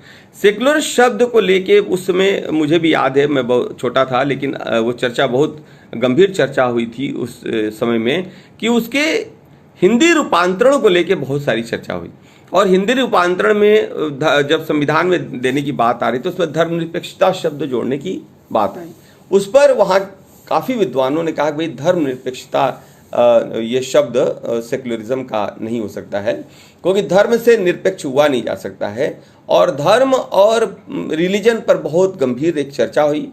अंततः इंदिरा जी को भी मानना पड़ा, जबकि उस आपातकाल की स्थिति में वो एक तरह से एक अधिनायक के रूप में थी, एक डिक्टेटर के रूप में थी। उनके इंदिरा को इंडिया मानने वाले लोग थे, India is Indira, India Indira is India. और ऐसी लेडी, आयरन लेडी जिसको कहा गया, उसको भी समझ में आती है कि बात में कुछ दम है। और शब्द का जो प्रयोग होता है वो पंथ निरपेक्ष शब्द का प्रयोग होता है, धर्म निरपेक्ष शब्द का प्रयोग नहीं होता है।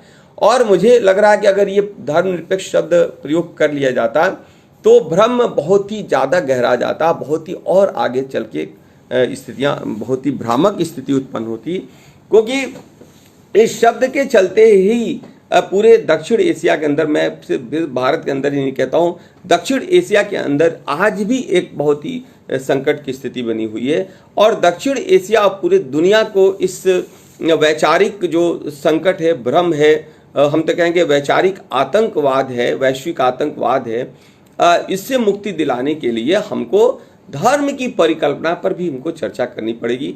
और साथ ही साथ में धर्म की परिकल्पना की चर्चा करके, और धर्म को अगर आपने, जैसे ही धर्म के साथ अभी ट्रेजेडी है कि जैसे ही धर्म को आपने गॉड के साथ और धर्म को अगर आपने फेथ के साथ जोड़ दिया तो वो धर्म नहीं रह जाता है, वो मजहब हो जाता है। अब मैं यहाँ पर कहूँगा कि जो रिलीजन की जो परंपरा है वो रिलीजन की परंपरा बिल्कुल अलग है, क्योंकि उसकी पूरी अब्राहम साहब के सामने वो एक कल्पना करते हैं। कल्पना क्या करते हैं, इसलिए कहा जाता है कि वो आसमानी है, वो स्काई है। वो वहाँ पर कल्पना की जाए कि जो गॉड है, जो खुदा है, वो 7वें आसमान के ऊपर कहीं रहता है। और आज वैज्ञानिक दृष्टिकोण से देखा जाए तो मतलब इस तरह का किसी आसमान की चर्चा और किसी खोज तो नासा ने भी अभी तक नहीं किया है। और इस तरह की एक काल्पनिक दुनिया का निर्माण किया जाता है। ये एक बहुत ही महत्वपूर्ण, मैं वैज्ञानिक आधार पर बोला, लेकिन वो एक कल्पना करते हैं, क्योंकि फेथ की संरचना करते हैं, फेथ का ताना बाना बुनते हैं और कहते हैं कि भाई सात आसमान में एक गॉड है और गॉड बहुत ही मतलब महान होता है, और उसके पास एक कोई किताब है जो किसी उसको संदूक में रखे हुए है। और उसी समय क्या होता है, गॉड बहुत खुश हो जाता है। एडम एंड ईव जो पति पत्नी होते हैं उन पर बड़ा खुश हो जाता है, तो उनको वो कहता है चलो भाई स्वर्ग में आ जाओ और तुम स्वर्ग में रहो। और वो उनको निर्देश देता है कि भाई स्वर्ग में आप रहिए, खूब खाइए पीजिए, जो मन में आए, यहाँ बहुत चीज़ें हैं, यहाँ खाने पीने के लिए बहुत सारी चीज़ें, ड्रिंक करने के लिए बहुत सारी चीज़ें हैं, वेज नॉन वेज जो भी खाना है, जो फल तोड़ के खाना है आप खाइए। बस एक उनको परहेज गॉड ने एक हिदायत दी थी कि भाई तुम लोग मिलना नहीं, आपस में संपर्क मत करना, प्रेम मत करना। तो ये क्या हो जाता है कि मस्ती से रहते हैं, लेकिन मनुष्य होते हैं, भाव होता है, भावनाएं होती हैं, वो मिलते भी हैं, प्रेम भी करते हैं, और प्रेम ही नहीं करते वो सेक्स भी कर लेते हैं। और इस बात को गॉड बड़ा गंभीरता से लेता है कि भाई मैंने तुमको हिदायत दी थी और मेरे हिदायत के बावजूद भी तुम लोगों ने ये काम किया, एक पाप किया, तुमने यू कमिटेड सिन। और सिन कमिट किया तो एक तरह से उनको निर्देश दिया जाता है, वो बहुत क्षमा याचना करते हैं कि ये गलती हो गई। तो गॉड कहता है भाई गलती हो गई, लेकिन अब आपको इसकी सजा भुगतनी पड़ेगी, और आपकी मुक्ति का भी वो कह रहा है कि मैं आपको रास्ता बताऊंगा। लेकिन आपको वो क्या कहता है कि उनको फिर वो पृथ्वी पर भेजता है, और पृथ्वी पर एक पनिशमेंट के तौर पर आते हैं, वो एक दंड के स्वरूप आते हैं। और वो कहता है कि भाई ठीक है, तुमने गलती की, तुम्हारी जो आगे आने वाली पीढ़ी है उसके लिए मैं कुछ निर्देश भेजूंगा, कुछ मैं एक इंस्ट्रक्शंस भेजूंगा, और वो इंस्ट्रक्शंस मैं सीधे तुम्हें या तुम्हारे बच्चों को नहीं दूंगा। मैं अब उसको भेजूंगा किसी एक मसीहा के द्वारा, एक मैसेंजर के द्वारा, एक हम किसी को भेजेंगे और उसको हम देंगे, और वो फिर तुमको देगा और वो इंस्ट्रक्शंस देगा। वो मैं समय पर मैं अपनी किताब से निकालूंगा और वो सारे इंस्ट्रक्शंस मैं दूंगा।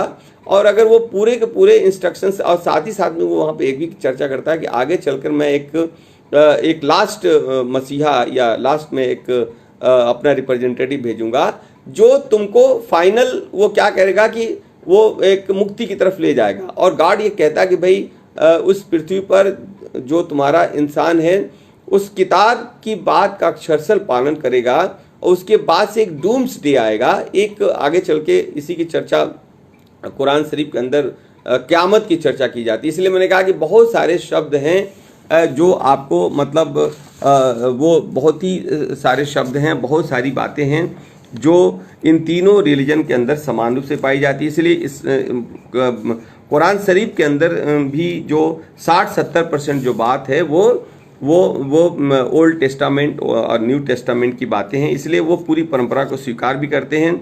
और जो अब्राहम की जो भूमिका होती है, जो वहाँ पर अरबिक में इब्राहिम हो जाता है, जो कुरान शरीफ के अंदर इब्राहिम के रूप में उसको जाना जाता है, वो अब्राहम उनके क्या होते हैं, पैट्रियार्क होते हैं। पूरे पश्चिमी जगत का जो पैट्रियार्क होता है, जो धर्म पिता होता है, जो एक तरह से पूर्वज होता है, जो सबके लिए सर्व स्वीकृत है, उसके नाम पर किसी को कोई दिक्कत नहीं है, वो सबके सामने मतलब वो जो स्वीकार किया जाता है वो पैट्रियार्क है। और वो पैट्रियार्क की 2 शादियां होती हैं। सारा है, सारा से इजाक पैदा होता है, और उसके बाद से उसके 2 और रेबेका होता है, और शहान और जैकब होता है। वो जैकब है जो आगे चलकर यहूदी धर्म की शुरुआत करता है, जिसको कि अरबिक में याकूब कहते हैं। शब्द देखिए वही है, अब्राहम इब्राहिम हो जाता है, और जो इजाक है वो इजाक हो जाता है, और जो जैकब है वो याकूब हो जाता है। और उसकी दूसरी पत्नी होती है अब्राहम साहब की, वो होती है हैगर्स होती है, सारा और हैगर्स होती है। उसका जो पुत्र उत्पन्न होता है वो इस्माइल होता है, जो आगे चलकर अरबिक में इस्माइल के रूप में जाना जाता है। और ये कहना है कि एक परंपरा से यहूदी धर्म की शुरुआत होती है, और दूसरा जो इस्माइल है वो इस्माइल हो जाता है, और उसमें उसकी परंपरा से आगे चलकर इस्लाम का प्रादुर्भाव होता है। तो इसलिए वो जो ट्री है, फैमिली ट्री, वो फैमिली ट्री इन तीनों रिलीजन का अब्राहम साहब हैं, उनके ही वो पूरी परंपरा चली आती है। एक परंपरा से यहूदी धर्म, और साथ साथ में उसी परंपरा से आप कहेंगे ईसाई धर्म का जन्म होता है। और साथ ही साथ में जो दूसरी परंपरा आती है वो परंपरा है जिससे इस्लाम आता है। और साथ ही साथ में हमने आपसे इसलिए कहा कि उसी के अलावा बहुत सारी बातें, बहावीज आते हैं, ड्रूज आते हैं, उसके बाद से और भी 6-7 उसमें आते हैं जिनकी अपनी परंपरा है। उस परंपरा को भी आपको देखना होगा। तो इन तीनों के बीच में जो सबसे बड़ी बात है, जो साम्यता है, कि तीनों ही गॉड सेंटर्ड है, मतलब गॉड सेंटर्ड ही है वो, गॉड के अलावा। इसलिए इनकी पहली लाइन ओल्ड टेस्टामेंट की या बाइबल की या इनकी कुरान शरीफ की शुरुआत होती है, उसमें कहा जाता है कि भाई एक गॉड है, गॉड के अलावा कोई और नहीं है, कोई और उसका अस्तित्व ही नहीं है। और इसीलिए मेरा ये कहना है कि पूरा का पूरा जो फेथ है वो आसमान के अंदर उसकी रचना की जाती है। इस ब्रह्मांड के साथ, प्रकृति के साथ, मनुष्य के साथ इसका कोई लेना देना नहीं है। और वहाँ पर वो चीज़ें तय कर दी जाती है, वो फाइनलिटी होती है, वो फाइनल होती है। और उनकी मान्यता थी कि भाई हम तुमको भेज रहे हैं और तुम मुक्ति प्राप्त करना चाहते हो, इमेंसिपेशन चाहते हो, तो अंत में एक डूम स्टे आएगा, क़यामत आएगी। क़यामत में फिर क्या होगा कि सब कुछ नष्ट हो जाएगा, और उसके बाद से गॉड और खुदा के रूप में एक गॉड और खुदा उस डूम स्टे के बाद जो स्थिति आती है उसको चेयर करेंगे, अध्यक्षता करेंगे। और फिर लोगों के पुण्य और पापों का, पुण्य और पाप का वहाँ पर लेखा जोखा प्रस्तुत किया जाएगा। लेखा जोखा क्या होगा कि भाई कौन किताब के हिसाब से उसने काम किया। किताब से मतलब होता है कि किसने बहुत ही स्ट्रिक्टली फॉलो किया, बाइबल को फॉलो किया, क्या उसके बाद से ओल्ड टेस्टामेंट को फॉलो किया, और साथ साथ में कुरान शरीफ को फॉलो किया, क्योंकि वो सारे के सारे जो बातें थी वो तो गॉड की थी, उनमें कोई इंसानी उसमें हस्तक्षेप नहीं हो सकता था। इस पृथ्वी पर उसके अंदर कोई परिवर्तन नहीं किया जा सकता था।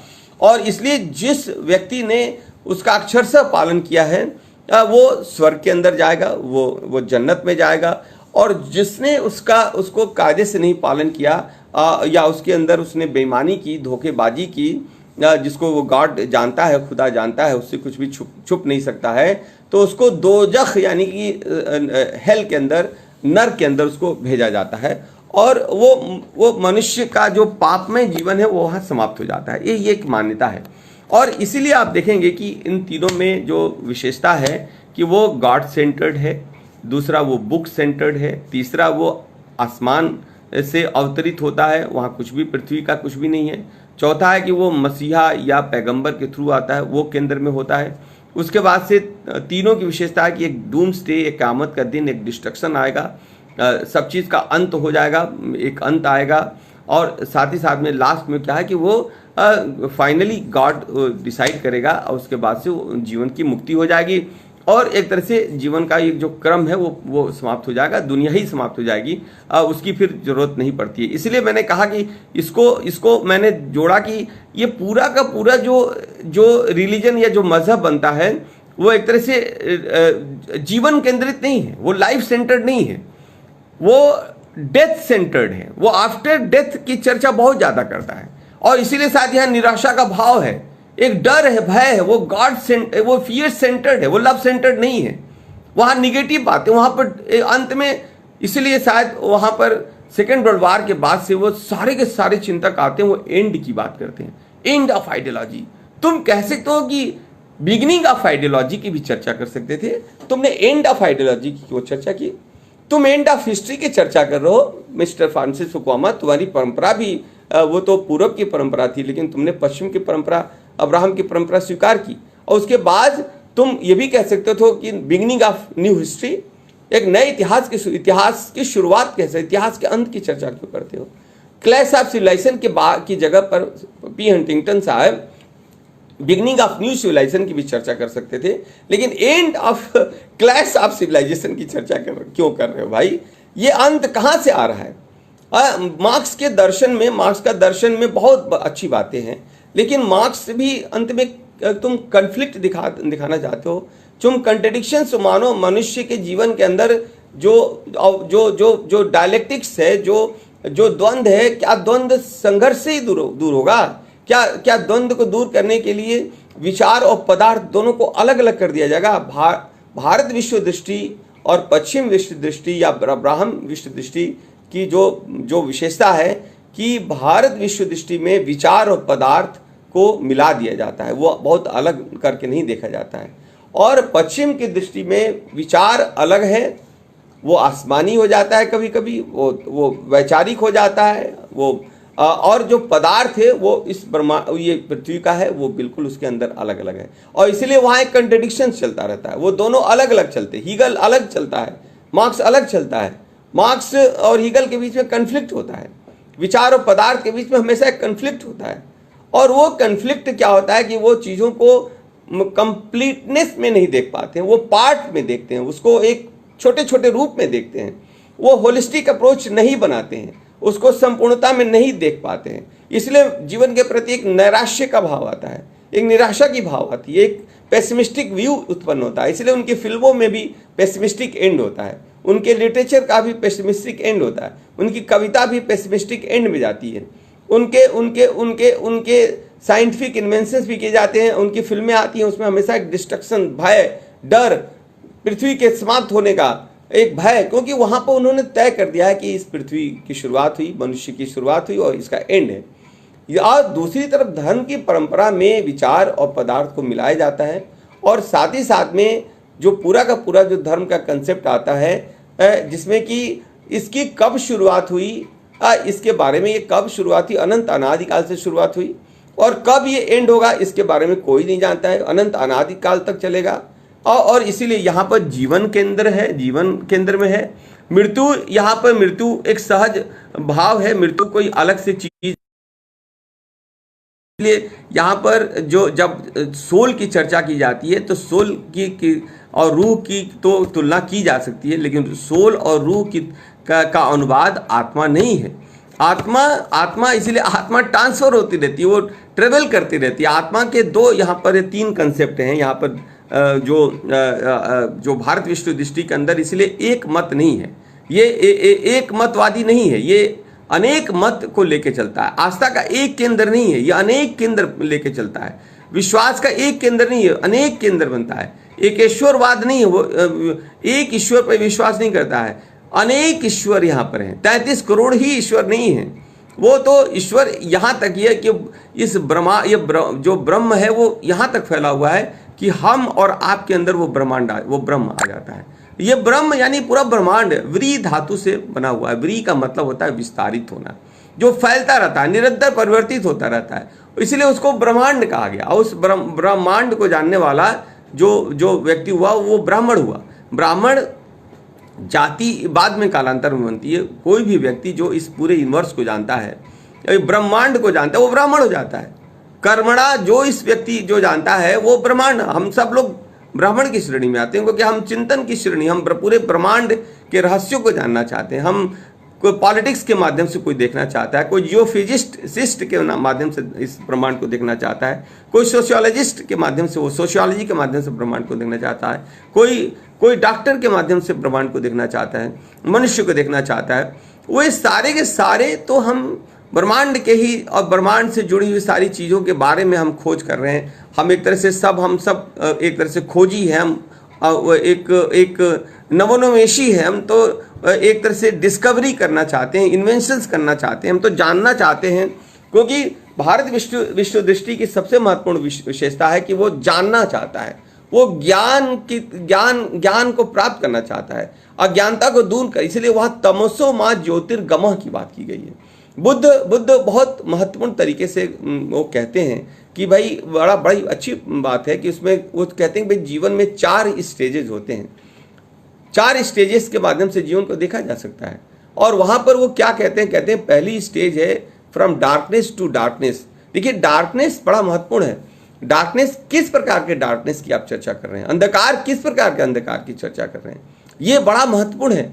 क्या आप काल्पनिक अंधकार की चर्चा करते हैं कि आप वास्तविक अंधकार की चर्चा करते हैं, आप मूर्त अंधकार की चर्चा करते हैं कि मूर्त अंधकार की चर्चा करते हैं, आप ऐसे अंधकार की चर्चा करते हैं कि जिसमें कि आप परिवर्तित करके उसको वो आप लाइट में बदल सकते हैं। बुद्ध जिस अंधकार की चर्चा करता है वो कहता है कि भाई जीवन के अंदर या समाज के अंदर या ब्रह्मांड के अंदर 4 स्टेजेस से ये पूरा का पूरा विश्व या मनुष्य या हमारा जीवन गुजरता रहता है। पहला है कि डार्कनेस से डार्कनेस, यानी कि पहली स्टेज है कि जिसमें अंधेरा होता है, हम अंधेरे को नहीं समझ पाते हैं तो अंधेरा हमारा गहराता जाता है।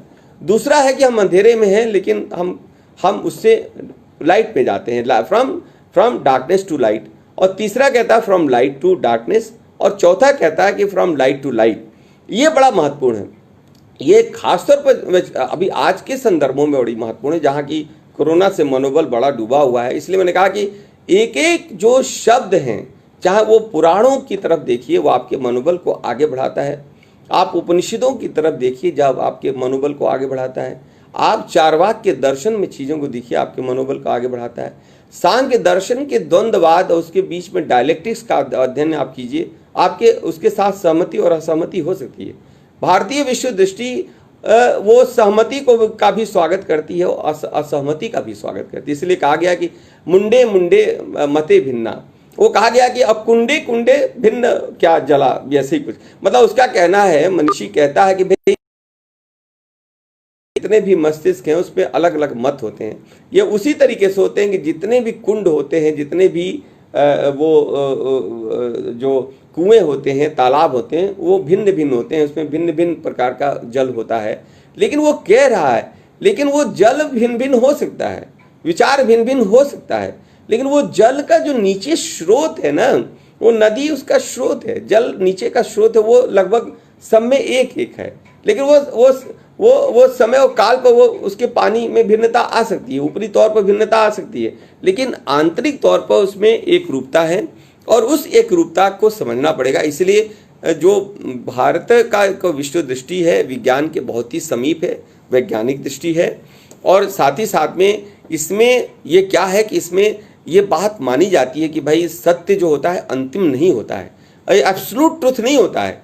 वहीं पर वो जो अब्राहम का पूरा जो रिलीजन है वो एब्सोल्यूट ट्रुथ के बारे में बात करता है। इसलिए कहता है भाई गॉड के शब्दों में तुम परिवर्तन नहीं कर सकते हो, तुम्हारे पास कोई राइट नहीं है। जीसस क्राइस्ट की इसीलिए मौत होती है, उसको मारा जाता है। कौन मारता है? जीसस क्राइस्ट स्वयं यहूदी होता है। क्यों मारा जाता है? क्योंकि वो कहते हैं भाई कहा जाता है कि वो वर्जिन चाइल्ड हैं। तो जीसस क्राइस्ट से पूछा जाता होगा तो बोले भाई मैं तो गॉड का ही, मैं सन ऑफ गॉड हूँ। अब सन ऑफ गॉड है तो यहूदियों ने कहा कि कैसे तुम सन ऑफ गॉड हो सकते यार, God can not be represented on this universe. वो अपने मसीहा तो भेजेगा लेकिन वो खुद कैसे तुम उसके बच्चे हो सकते हैं। इस बात पर काफ़ी विवाद उत्पन्न होता है। और उस समय आपको मालूम होगा कि रोमन साम्राज्य का वहाँ पर वो उनके अंदर में वो इजराइल होता है।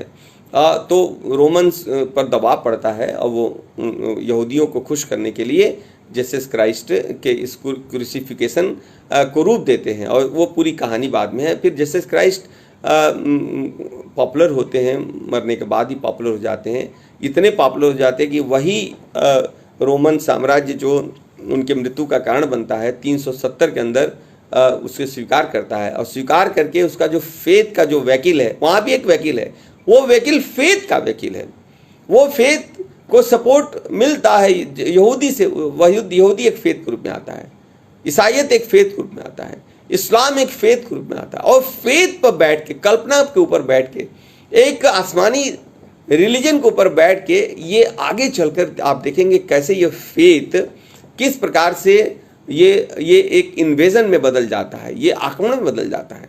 वो आगे चल के वो यूरोपीय मतलब साइंटिफिक रिवोल्यूशन, इंडस्ट्रियल रिवोल्यूशन के बाद से अब कितनी ज़्यादा समृद्धि यूरोप के अंदर आती है, और समृद्धि आने के बाद वो किस तरीके से फिर वो अपने अपने अपने उस विकास के लिए उपनिवेशवाद का जो विकास करने वो जाते हैं, तो जिस रिलीजन को वो त्याग देते हैं, जिसको वो एक तरह से अबंडन कर देते हैं, सेकुलर थॉट को एडॉप्ट करते हैं, और जिससे कि वहाँ पर क्रांति आती है अपने फायदे के लिए, निहित स्वार्थ के लिए, फिर वो उसी रिलीजन के फेथ पर सवार हो जाते हैं और उपनिवेशवाद का वो एक तरह से विकास और विस्तार करते हैं, वो जो परंपरा आज भी चली जा रही है। अभी हम लोगों को नहीं मालूम है, बहुत सारे एनजीओज हैं जिसके पीछे ईसाई मर्चेंडीज हैं, बहुत सारे एनजीओज इंडिया के अंदर काम करते हैं जिसके पीछे अरब के या पश्चिम एशिया के बहुत सारी एजेंसीज हैं जो फंड करती हैं। नाम उनके बहुत ही लच्छेदार हो सकते हैं, बड़े अंग्रेजी टाइप के नाम हो सकते हैं, एड इंडिया ये करके, इस तरह की बहुत सारी एनजीओज हैं जिसमें कि हम लोग भी जाने अनजाने बहुत सारे लोग वो सम्मिलित हो जाते हैं, उनके कार्यक्रम में जाते हैं, लेकिन उनका जो मकसद होता है वो बहुत दूसरा होता है, भिन्न मकसद होता है। और तमाम परिस्थितियां अंतर्राष्ट्रीय राजनीति की बदल गई, लेकिन जो वैचारिकी का काम वो चुपचाप वो कर रहे हैं। और भारतवर्ष के अंदर जो हमने इसलिए कहा कि एक अजीब सी स्थिति है कि यहाँ पर पश्चिम की जो भी चीज़ आती है उसको लोकने की स्थिति है, तुरंत कूद कर पकड़ लेने की स्थिति है, और अपनी बैतरनी पार करने की भी हमारी समस्या है, क्योंकि हमारे पास अपना चिंतन, अपने चिंतन को हम कंडेम करते हैं। अपने चिंतन से मतलब होता है कि जो पूरब का चिंतन है, बुद्धिस्ट चिंतन है, जैनी चिंतन है, वैदिक चिंतन है, चारवाक का चिंतन है, उसके बाद से न्याय का चिंतक है, विशेषिका का चिंतक, या पूरा का पूरा एक युग है, लाओ का लाविस्ट चिंतन है, चाइनीज थॉट है, बहुत सारा कोरियन थॉट्स हैं, अफ्रीका के अंदर बहुत सारे थॉट्स हैं। इन पर हम काम नहीं कर रहे। अफ्रीकन किसी चिंतक पर हम काम कर सकते हैं, हम कोरिया के किसी चिंतक पर हम काम कर सकते हैं, हम पश्चिम एशिया के भी किसी चिंतक पर हम काम कर सकते हैं। हम अनायासी पश्चिम के द्वारा जितने शगुफे छोड़े जाते हैं वैचारिक विचारधारा के आधार पर, हम उसको ही क्यों लोग लेते हैं और उसी को पकड़कर उसके बाद से अपने ज्ञान की बैतरनी को पार करने लगते हैं। थीसिस लिखते हैं, थीसिस लिखवाते हैं, किताबें लिखते हैं, पैसा कमाते हैं, विशेषज्ञ बन जाते हैं, और 2-4-5 साल तक विशेषज्ञता की स्थिति बनी रहती है। फिर तब तक वो नए शगुफे छोड़ देते हैं, फिर आपका पूरा का पूरा शगुफा वो ऑब्सलीट हो जाता है। फिर आप नए शगुफे को बदल के, आपने पुराने को चेंज करके नए शगुफे को, जब आप अपनी ज़मीन पर नहीं खड़े होंगे आप आसमान में लटकते रहेंगे। हम लोग वैचारिक भटकाव के शिकार हो रहे हैं। इसलिए मेरा मानना है कि ये जो वैचारिक दृष्टि है, इन वैचारिक दृष्टि के दोनों फ्रेमवर्क को समझना बहुत ही अनिवार्य है, और जब समझ लेंगे तो इसमें हमने फिर वही कहा कि ये सेक्टेरियनिज्म की तरफ नहीं ले जाएगा, ये किसी नैरोनेस की तरफ नहीं ले जाएगा, ये हमारे चिंतन को ब्रॉड करेगा, ये हमको पूर्वाग्रहों से मुक्त करेगा, हमको एक वैश्विक सोच के साथ जोड़ेगा। हमारे मनुष्यों ने जो वसुधैव कुटुंबकम की बात की, बुद्ध ने अगर मतलब सबके हित की बात की, बहुजन हिताय बहुजन सुखाय की बात की, हमारे जो योग की परंपरा थी, हमारी उस योग की परंपरा में सबके मतलब स्वास्थ्य की चर्चा की गई है, उसमें सर्वे भवन्तु सुखिनः सर्वे संत निरामया की चर्चा की गई है। आप सोचिए कि उसमें सबके स्वास्थ्य की और सबके सुख की चर्चा की गई है। हम उसके साथ जुड़ना चाहते हैं। ये कोई नैरो जो दृष्टिकोण नहीं उत्पन्न करता है जिससे कि फासिस्ट आदमी फासिस्ट नहीं बनाता है। भारत विश्व दृष्टि नाजीवादी और फांसीवादी नहीं बनाता है, वो हेट फिलॉसफी पर वो नहीं केंद्रित है। वह अब फेथ की एक बहुत समस्या कि फेथ मी एंड दाई की बात करता है, मेरे और मम और तुम की चर्चा करता है। मेरा जो फेथ एक्सेप्ट कर लिया, मेरा माई मुस्लिम, माई क्रिश्चियन, माई ज्यूज। भारतीय विश्व दृष्टि और भारतीय धर्म में समूचा विश्व ही मेरा है और विश्व के मनुष्य ही नहीं मेरे हैं। वो पशु जगत, वो प्राणी जगत, उसके अन्यत्र भी जितने भी जगत हैं, वो सबके साथ वो साहचर्य उत्पन्न करने की बात करता है, समन्वय उत्पन्न करने की बात करता है। इसलिए भारत विश्व दृष्टि एकोमोडेटिव है, वो अथॉरिटेटिव नहीं है, वो बलपूर्वक बातों को नहीं बनाना चाहता है, वो एक सर्वसहमति स्वीकार करना चाहता है, वो प्रजातांत्रिक स्वभाव में है, डेमोक्रेटिक है, वो अपने आप ही डेमोक्रेटिक है। डेमोक्रेटिक इसके पूरे चिंतन में ही डेमोक्रेसी कोई आयात नहीं की जाती है, कोई इंपोर्ट नहीं की जाती है। हमारी पूरी परंपरा ही डेमोक्रेटिक परंपरा है और इस परंपरा को समझने की जरूरत है। हमने कहा कि धर्म के अंदर भी, किसी भी चीज के अंदर अच्छी चीज और बुरी चीज होती है। धर्म से आप अंधविश्वास की तरफ लोगों को ले जा सकते हैं, धर्म से आप पाखंड की तरफ लोगों को ले जा सकते हैं, धर्म से आप अंधकार की तरफ ले जाना चाहते हैं, धर्म से आप लोगों को मतलब मूर्ख बना सकते हैं और धर्म से आप लोगों को मुक्त कर सकते हैं, धर्म से लोगों को आप लिबरेट कर सकते हैं, धर्म से आप लोगों के दुखों को दूर कर सकते हैं, धर्म से आप अपने मनोबल को बढ़ा सकते हैं। इसलिए मैंने कहा कि धर्म अगर आपने गलत धर्म का यानी गलत दवा आपने ले लिया, तो जिस तरह गलत दवा आपके शरीर पर बहुत ही खतरनाक एक तरह से रिएक्शन करती है, उसी तरीके से अगर आपने सही धर्म को धारण नहीं किया तो जिस धर्म को धारण किया वो धर्म आपको उसी तरह ले जाएगा। इसलिए फिर मैं वापस उस बुद्ध के दर्शन की तरफ जाऊंगा जिसमें वो कहता है कि डार्कनेस टू डार्कनेस। डार्कनेस है क्या? वो अंधकार है क्या? अंधकार से तात्पर्य होता है कि आप बीमार हैं, आप बहुत ही ज़्यादा परेशान हैं, आपकी आर्थिक स्थिति बहुत ख़राब है, आप अंधकार में हैं, आप अज्ञानी हैं, आपको बिल्कुल चीज़ें समझ में नहीं आ पा रही हैं, आप डार्कनेस में और समझ की कमी के आधार पर आप उसके अंदर क्रमशः अंधकार से अंधकार में चले जाते हैं और ज़्यादा आप पाखंड करने लगते हैं। आपको लगता है कि कोई आसमानी ताकत है जिसकी प्रार्थना करने से हमको इस अंधकार से हम मुक्त हो जाएंगे, तो जीवन भर आप यही प्रार्थना करते रहेंगे, आपका अंधकार दूर नहीं होगा। तो आगे की स्थिति बुद्ध कहते हैं कि भाई फ्रॉम डार्कनेस टू लाइट। लेकिन वही परिस्थिति क्या बनती है कि भाई अंधेरे में आप हैं, आप बहुत ही परेशान हैं, आप बहुत गरीबी की स्थिति में, जलालत की स्थिति में हैं, आपका पूरा परिवार बहुत ही संतृप्त है, तो आप क्या करेंगे कि आप रोशनी की तरफ जाना चाहते हैं, आप प्रकाश की तरफ जाना चाहते हैं। प्रकाश क्या है? समृद्धि है, वही प्रकाश है। जहाँ ज्ञान है वही प्रकाश है, जहाँ पर कोई किसी प्रकार का अंधविश्वास नहीं है वो प्रकाश है, जहाँ पर स्वास्थ्य है वहीं पर प्रकाश है, जहाँ पर समृद्धि है वहीं पर प्रकाश है। और आपने ज्ञान का सहारा लिया, इसलिए ज्ञान का रोल हो जाता है, नॉलेज का उसमें भूमिका हो जाती है। ज्ञान से हम सत्य को जानते हैं, सही और गलत के बीच में फर्क करते हैं। ज्ञान का तात्पर्य होता है कि जहाँ पर हम नीर विवेक उत्पन्न करते हैं, वो एक बगुले की तरह हम दूध और पानी को हम अलग अलग कर लेते हैं, यानी कि हमारे अंदर सही निर्णय लेने की क्षमता विकसित हो जाती है। और जब सही निर्णय लेने की क्षमता विकसित हो जाती है, हम अंधकार से क्रमशः मुक्त होते जाते हैं और उसके बाद से हम प्रकाश की तरफ जाते हैं, हम बेटर लाइफ की तरफ जाते हैं। और तीसरा स्टेज वो कहते हैं कि भाई अगर धर्म में क्या है कि तीसरा स्टेज में है कि आप लाइट में हैं और लाइट से डार्कनेस में जाते हैं। मान लीजिए कि आप समृद्ध हो गए, नौकरी प्राप्त कर लिए, स्वास्थ्य अच्छा हो गया, सारी चीज़ें बहुत अच्छी हो गई हैं, लेकिन आपका कर्म खराब हो जा रहा है। आप फिर से ज्ञान के शरण में ना जाके आप फिर अंधविश्वास के कोई आता आपके पास कहता है भाई आपको ये, इसलिए आप प्रकाश में आ गए क्योंकि आपने इस इष्ट देवता पर विश्वास किया, इस आसमानी शक्ति पर विश्वास किया, फिर से आप रहिए और अच्छा हो जाएगा। वो अपने कर्म के रास्ते से च्युत हो जाता है, अलग हट जाता है। यहाँ पर इसलिए धर्म कर्म के साथ जुड़ा हुआ है। धर्म को जैसे ही आप आस्था और विश्वास के साथ जोड़ेंगे वो मजहब के अंदर या रिलीजन के अंदर तब्दील हो जाएगा, और धर्म को जैसे ही आप कर्म के साथ जोड़ेंगे, प्रकृति के साथ जोड़ेंगे, ब्रह्मांड के साथ जोड़ेंगे, श्रम के साथ जोड़ेंगे, तो धर्म का आपको सीधे सीधे फायदा मिलेगा। और आप जो लाइट में थे अगर आपके कर्म खराब हो जाएंगे तो फिर से आप डार्कनेस में चले जाएंगे, फिर से अंधकार में चले जाएंगे, फिर से आप जलालत में चले जाएंगे, फिर से आपकी स्थिति। मैंने बहुत सारे बड़े बड़े जमींदारों को देखा है, बहुत बड़े बड़े पूंजीपतियों को देखा है जो शीर्ष पर होते हैं, बहुत सारे राजनेताओं को देखा है कि जो सत्ता के शीर्ष पर, धन के शीर्ष पर हैं, लेकिन कर्मों की कमी से चलते वो फिर से वापस वहीं चले आते हैं और वापस वो अंधकार के अंदर चले जाते हैं, फिर से मुक्त नहीं हो पाते हैं। और जो मुक्ति की कल्पना की जाती है फिर लास्ट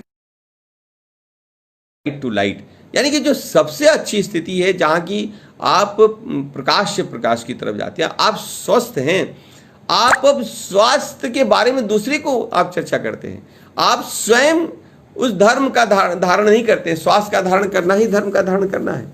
इसलिए हमने कहा कि योग की परंपरा है, सांख्य की परंपरा है, बौद्ध की परंपरा है, विभिन्न परंपराएं हैं।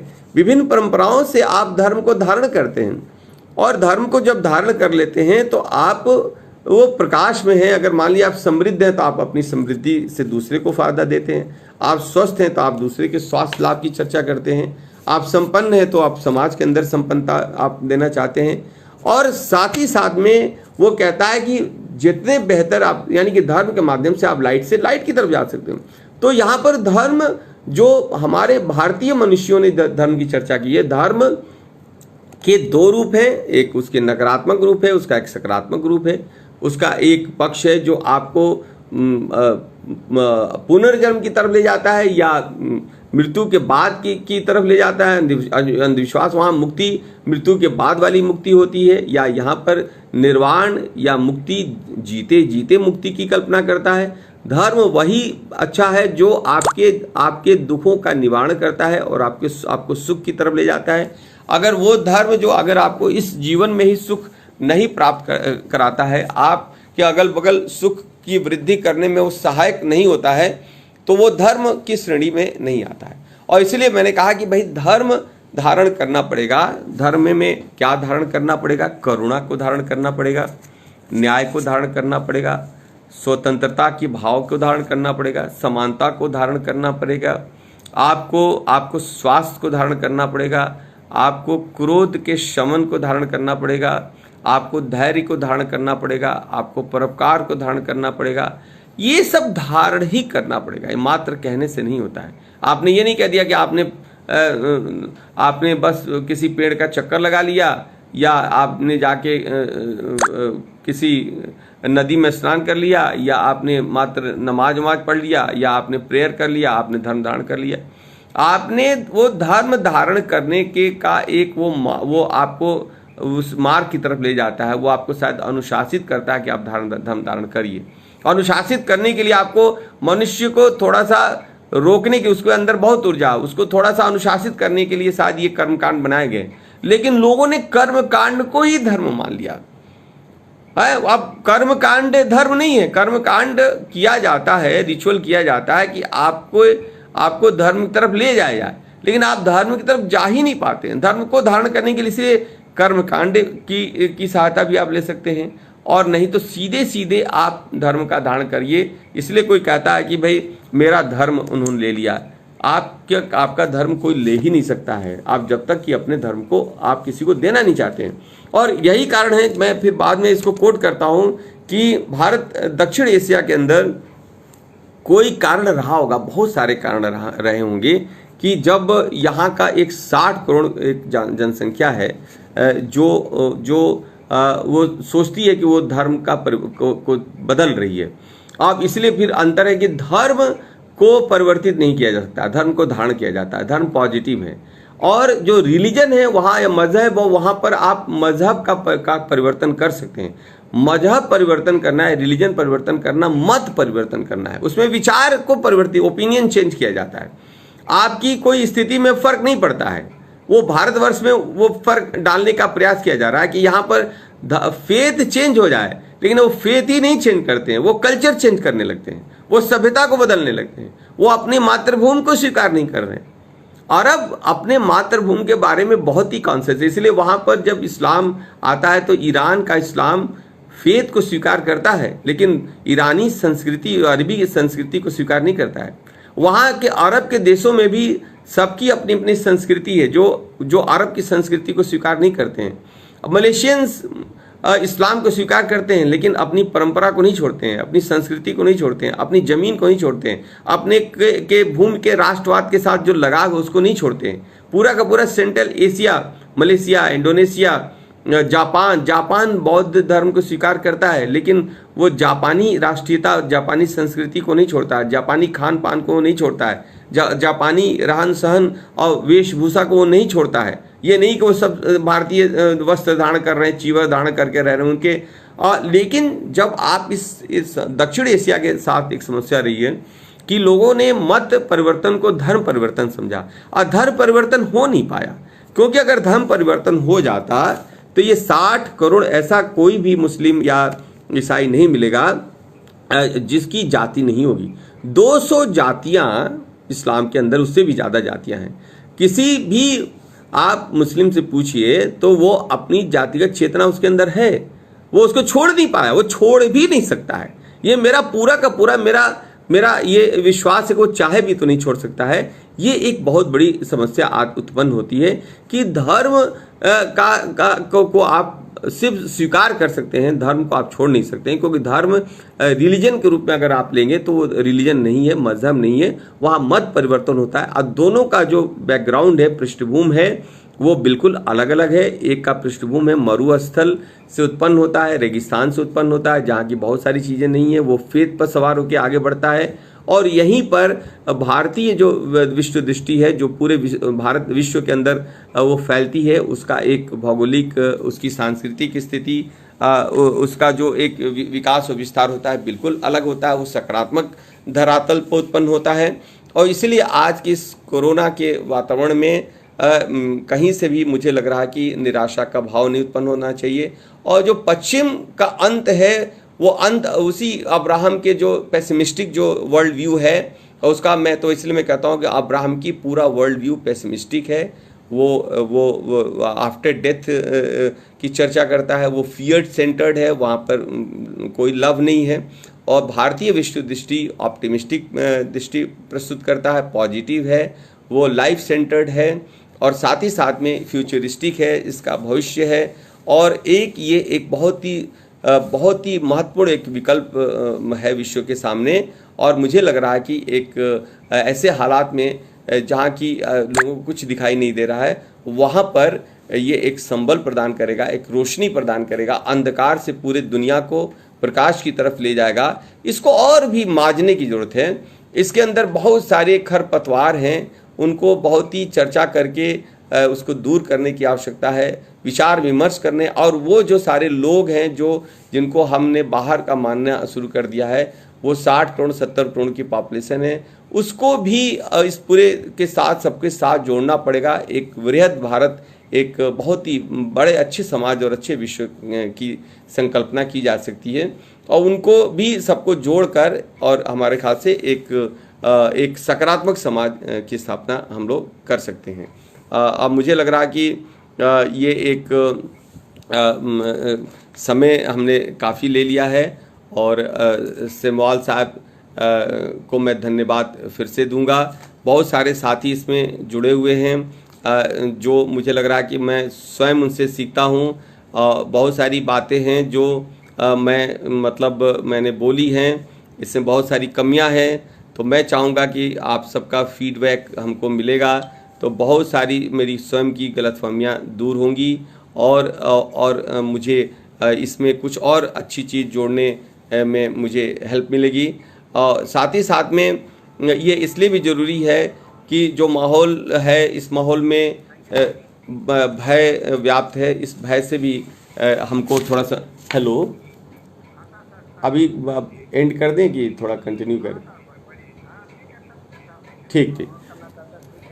तो ये एक बात बन रही है कि इस तरीके से जो हमने अभी चर्चा की, जो वैश्विक वैचारिकी की जो चर्चा हुई, जिसमें मैंने इसलिए जो टाइटल दिया था understanding global ideologies with in A framework of 2 world views, मुझे लग रहा है कि थोड़ी सहायता मिलेगी। विश्व की जो वैचारिकी है, अब ये विश्व की वैचारिकी हमको देखना होगा कि वो पेसिमिस्टिक की तरफ ले जा रही है कि ऑप्टिमिस्टिक की तरफ ले जा रही है, वो सृजन की तरफ ले जा रही है कि विनाश की तरफ ले जा रही है। उसमें भी बहुत सारी पॉलिटिक्स है। हम लोग पॉलिटिकल साइंस और ग्लोबल पॉलिटिक्स या सोशल साइंस के हम लोग विद्यार्थी हैं। हम जानते हैं कि जब भी कोई विचारधारा दी जाती है वो निष्पक्ष नहीं होती है, उसका कोई ना कोई पक्ष होता है। भारतीय मनुष्यों का इसलिए विचारधारा में वो सकारात्मकता है, उसका भी एक पक्ष है। हम ये नहीं कह सकते कि वो निष्पक्ष है, लेकिन इनका अपना इसलिए एक निष्पक्ष बनता है, एक सकारात्मक पक्ष बनता है, क्योंकि यहाँ पर उस चिंतन में एक होलिस्टिक चिंतन किया जाता है, एक वैश्विक चिंतन किया जाता है, और उस चिंतन के अंदर स्वार्थ की बात नहीं होती है। कोई चीज़ मतलब बहुत ही वो सेल्फ सेंटर्ड नहीं होती है, उसमें वैश्विक सोच होती है। पश्चिम की जो परंपरा रही है, वो पश्चिम की परंपरा का आप देखेंगे कि उनको भौतिक यानी तात्कालिक तौर पर तो कुछ फ़ायदा मिला है, लेकिन वो तात्कालिक फ़ायदा आज के हालात में वो एक तरह से निष्प्रभावी हो रहा है। भारतवर्ष के अंदर बहुत सारी समस्याएं हैं, बहुत सारी हमारे पास कमियां हैं, लेकिन लोग धर्म का आज भी मैं देखता हूं कि पालन कर रहे हैं, अपने माँ बाप की सेवा कर रहे हैं, अपने परिवार के साथ वो जुड़े हुए हैं।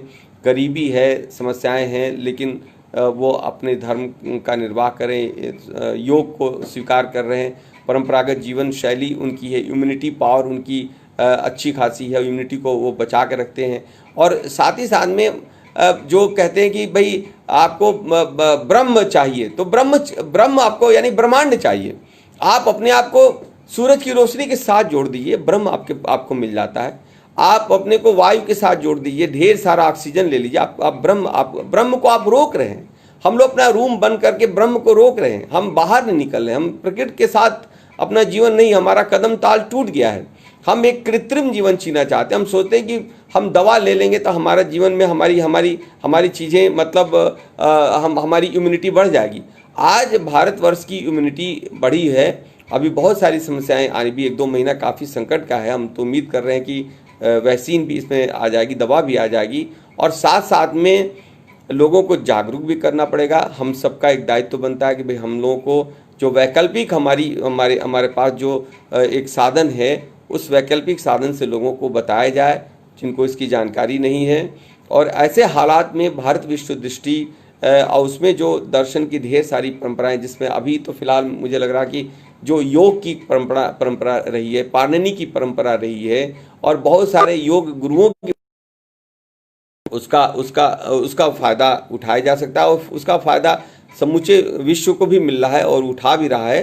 तो इससे इम्यूनिटी हमारी बढ़ेगी, और मुझे लग रहा है कि इस वैचारिकी फ्रेमवर्क में दुनिया को देखने का एक अलग नज़रिया प्राप्त हो जाएगा। और जब भी हम किसी विचारधारा जो हमारे सामने अचानक आती है, उसके बारे में हमको सोचा जाए कि उस विचारधारा के पीछे क्या उसका मकसद क्या है, उसकी इंटेंशंस क्या हैं, उसके निहितार्थ क्या हैं, उसके इम्प्लीकेशंस क्या क्या है। क्योंकि वो विचारधारा अनायासी नहीं आ रही है, उस विचारधारा के पीछे एक अपना उसकी पॉलिटिक्स भी है, उसकी एक सोच भी है।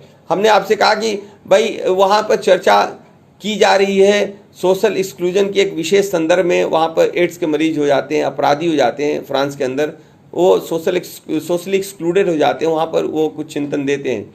हमारे भारत के मनुष्य उसको दूसरे तरीके से देते हैं, यानी कि सिर्फ नकल करना और पश्चिम की चीज़ों को उठाकर और इम्पोज कर देना, इन बातों से भी अगर हम सचेत नहीं होंगे, और इसका ही परिणाम है कि इस वैचारिक भ्रम का परिणाम है कि जवाहरलाल नेहरू विश्वविद्यालय जैसी श्रेष्ठ संस्था, मैं वहाँ का विद्यार्थी रहा हूँ, और मुझे कितना दुख हुआ कि मैं गया तो भारत तेरे टुकड़े टुकड़े होंगे। ये जब मैं JNU जैसी एक श्रेष्ठ विश्वविद्यालय के में ये इस तरह के नारे मैंने देखा तो मुझे बहुत दुख हुआ, क्योंकि अगर इस बहुत ही महत्वपूर्ण चिंतक है, और कार्ल मार्क्स की सबसे बड़ी देन थी कि उसने कहा कि रिलीजन को उसने अफीम कहा। वो जब वो हीगल के दर्शन का विश्लेषण करता है, वो कहता है कि भाई हीगल का दर्शन मैंने सर के बल पाया, लेकिन हमने उसके दर्शन को पैर के बल कर दिया, यानी कि हमने उसको यथार्थ के धरातल पर खड़ा कर दिया। वो जो विचारों में घूम रहा था, जो काल्पनिक जगत में घूम रहा था, जो अब्राहम की दुनिया के अंदर घूम रहा था, तो कार्ल मार्क्स ने कहा कि भाई वो पूरा का पूरा तो अफीम है, वो तो पूरा रिलीजन ही अफीम है, और वो रिलीजन को अफीम कहता है। लेकिन भारत के कम्युनिस्ट पार्टी के लोग क्या करते हैं कि वो उस रिलीजन को धर्म मान लेते हैं, या यहाँ के बहुत सारे लोगों ने रिलीजन को धर्म मान लिया और कहा कि धर्म अफीम है। धर्म की वो चर्चा नहीं करता, धर्म के बारे में वो जानता भी नहीं है। वो धर्म से धर्म की संरचना वो अलग है बिल्कुल ही। वो रिलीजन की चर्चा करता है, उस रिलीजन की चर्चा करता है जिसके चलते तबाही मचती है, जिसके चलते पूरा यूरोप अंधकार में चला जाता है। और इसलिए जब हम बार मैं कहता हूं कि 1453 की घटना की मैं बार चर्चा करता हूं, जिसमें कि कुस्टुंतनिया पर ऑटमन्स अटैक करके उसको कब्जा कर लेते हैं और वहाँ से यूरोप के जो यहूदी हैं, वहाँ के ड्रूज हैं, वहाँ के ईसाई भाग के उनको यूरोप जाना पड़ता है। और यूरोप में जाकर चारों तरफ से, क्योंकि एशिया और यूरोप का मार्ग अवरुद्ध हो जाता है, सारा व्यापारिक जितने काम होते हैं वो सब रुक जाते हैं और वहाँ का यूरोप का अंधकार और बढ़ने जाता है। तो वो कहते हैं भाई ऊपर की तरफ देखते हैं, ऊपर से कोई उनको निर्देश नहीं आता, ऊपर से कोई इंस्ट्रक्शंस नहीं आता, कोई देवदूत नहीं आता है। तो वो जान जाते हैं और वो कहते भी हैं, निश्चय बाद में किताब लिखता है गॉड इज डेड। वो जान जाते हैं कि ईश्वर नहीं है, वो ईश्वर को मृत्यु घोषित कर देते हैं और वो जानते हैं कि ऊपर से कोई फरमान नहीं आएगा हमको। और उनके चिंतन में जो गॉड सेंटर्ड जो उनका चिंतन है, अर्थ सेंट्रिक व्यू में अब आता है कि भाई अर्थ केंद्र का मतलब पूरे ब्रह्मांड का केंद्र नहीं है, ब्रह्मांड का केंद्र कहीं अन्यत्र है। और साथ ही साथ में वो जो गॉड सेंटर्ड व्यू है वो ह्यूमन सेंटर्ड व्यू की तरफ आता है। इसलिए पूरा का पूरा जो भारतीय दर्शन है, भारत विशेष से बौद्ध दर्शन है, वहाँ पुनर्जीवित हो जाता है। और यूरोप का चिंतन में जब तर्क जाता है, विवेक जाता है, मानव का चिंतन जाता है, सबके हित की बात की जाती है, बहुजन हिताय बहुजन सुख का दर्शन जाता है, तो उसके अंदर क्रांति होती है और पूरी दुनिया बदल जाती है। भारतवर्ष के अंदर भी क्रांति होती है। ईसा के 500 साल पहले बुद्ध के समय में क्रांति होती है और यहाँ पर क्रांतियाँ होती रही, वैचारिक क्रांतियाँ, हर युग में क्रांति हुई। वेदों का काल स्वयं में अपनी क्रांतियों का काल था और हर युग यहाँ का जो एक धर्म का प्रतिपादन करता है, धर्म को आगे बढ़ाता है, वो एक नई चीज़ों को जन्म देता है। और इसलिए भारत की जो सभ्यता बनती है, जिसका विस्तार विकास पूरे साउथ ईस्ट एशिया के अंदर होता है या फार ईस्ट में होता है, वो इसलिए होता है कि इसके चिंतन के अंदर एक ब्रह्मांडीय सोच होती है, एक वैज्ञानिक सोच होती है। और साथ ही साथ में आपने देखा कि किस तरीके से ये वैचारिक ऊपर एक प्रभाव डालता है। और अगर हमारे पास इसका एक फ्रेमवर्क तैयार हो जाता है तो हम बहुत सारी चीज़ों पर हम चर्चा कर सकते हैं। धर्म का अंतर मजहब के साथ और रिलीजन के साथ हम कर सकते हैं। गॉड वो ईश्वर नहीं है, गॉड परमात्मा नहीं है, उसके अंतर भी हम चर्चा हम लोग कर सकते हैं। जो सोल है वो आत्मा और रूह नहीं है, वो उनके तीनों के बीच में अंतर है। जो आपका जो गॉड है, जो आपकी मुक्ति है, वो एक तरह से इमेंसिपेशन नहीं है या मुक्ति है, या आपका जो निर्वाण है वो बिल्कुल अलग, उसकी अवधारणा ही बिल्कुल अलग हो जाती है। और एक तरह से जब ये सारी चीज़ें हमको स्पष्ट हो जाती हैं तो एक जीवन के अंदर, सोच के अंदर ही सकारात्मक एक दृष्टि उत्पन्न होता है। और इस सकारात्मक दृष्टि में मुझे लग रहा कि जो मृत्यु की कल्पना है, भारतीय विश्व जो दर्शन है उसमें मृत्यु की कल्पना भी उस रूप में नहीं है जिस रूप में अब्राहम करता है। और इसलिए यहाँ मृत्यु कुछ भी नहीं है, जीवन का रूपांतरण हो जाता है, मृत्यु नहीं होती है। इसलिए यहाँ लोग मरते नहीं हैं, मरने के बाद भी जीवन की कल्पना है। वो जीवन किसी न किसी फॉर्म में चलता रहता है, उसका रूप बदल जाता है और उसके फॉर्म बदल जाते हैं। मनुष्य यहीं पर रहता है, वो अपने किसी न किसी रूप, दूसरे रूप में वो परिवर्तित हो जाता है। वो जो 84 लाख योनियों की बात की गई है, उसके अंदर कल्पना भी है, उसके अंदर सच्चाई भी है कि वो किसी न किसी रूप में यहाँ रहता है।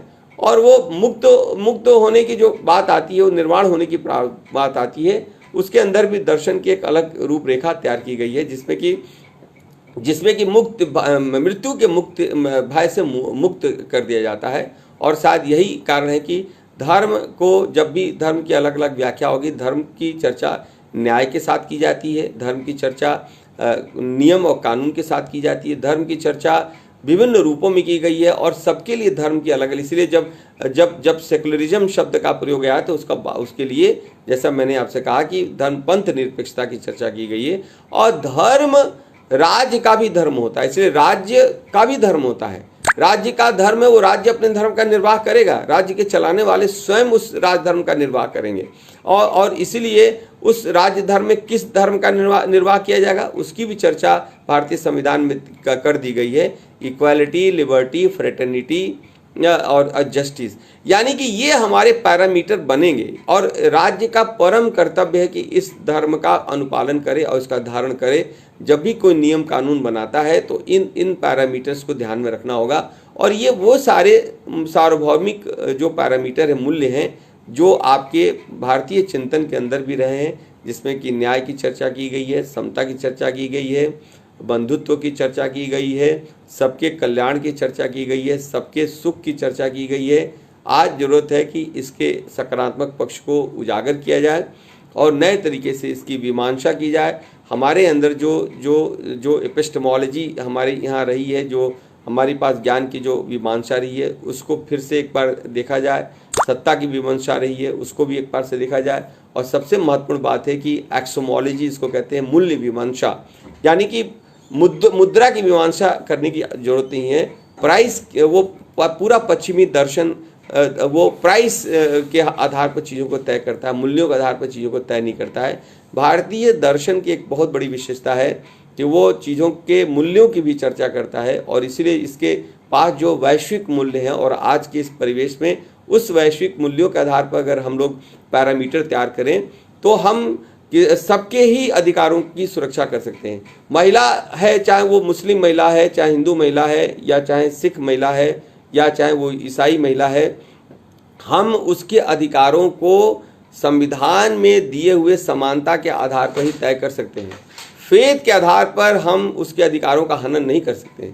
फेथ के इसीलिए आज आर्टिकल 44 जो समान सिविल कोड की बात है, उसकी बहुत ज़रूरत है, भारतवर्ष के अंदर पड़ जाती है, जिसमें कि सारी महिलाओं को, यहाँ प्रश्न बनता नहीं है कि एक धर्म या रिलीजन प्रभावित होता है, या रिलीजन और समानता के या अधिकारों की बात आती तो हमारा संविधान अधिकारों की चर्चा करता है। हमारा संविधान विवेक के ऊपर आधारित है। हमारा संविधान कहीं से फेथ को सब्सक्राइब नहीं करता है।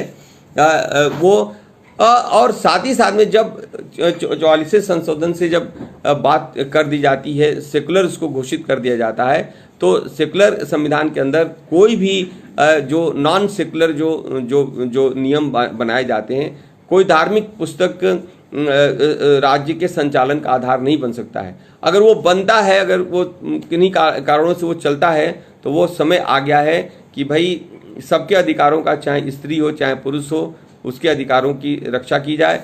और धर्म या रिलीजन अगर उस मार्ग में अवरोध उत्पन्न करता है तो उसके अंदर संशोधन करना पड़ेगा। इसलिए आपने देखा कि 1829 के अंदर एक बहुत ही खराब परंपरा आ रही थी। उस परंपरा का जिक्र शास्त्रों में भी था, जिसमें सती परंपरा थी।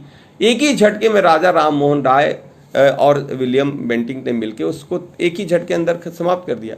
बहुत सारी परंपराएं थी जिसमें कि यहाँ बच्चे बचपन में शादियां की जाती थी, उस परंपरा को यहाँ पर समाज सुधार के द्वारा खत्म कर दिया गया। परंपरा थी कि विधवा की शादी नहीं हो सकती है। राजा राम मोहन राय स्वयं विधवा भाभी के साथ विवाह करते हैं और विधवा के शादी के रास्ते को प्रशस्त किया जाता है। बहुत सारे सामाजिक सुधार होते हैं जिसमें कि जो आपने देखा कि लगातार भारतीय समाज के अंदर सुधार की एक परंपरा चलती है। वहीं पर ये सुधार अन्य रिलीजन के लोग स्वीकार नहीं कर सकते। इस्लाम के अंदर सुधार नहीं हो पाता है, और सुधार ना होने के पीछे कारण क्या है कि जो फेथ है, फेथ में बात आ रही है। ईसाइयों ने और यहूदियों ने क्यों सुधार किया?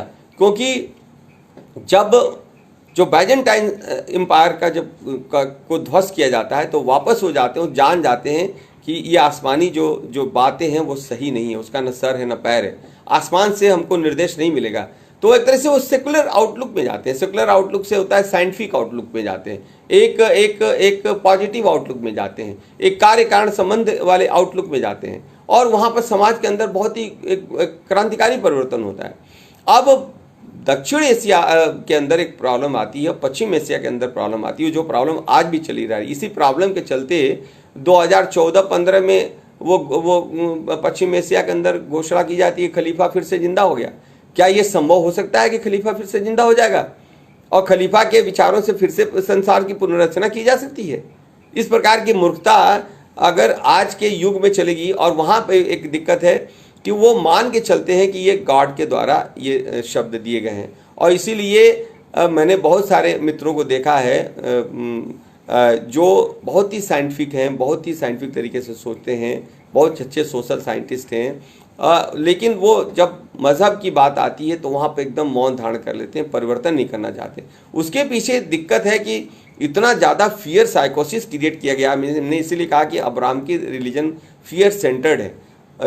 यहूदी और ईसाई तो मुक्त हो गए उस फियर से, क्योंकि बहुत लंबी लड़ाई लड़ी, 300 सालों तक उन्होंने लड़ाई लड़ी।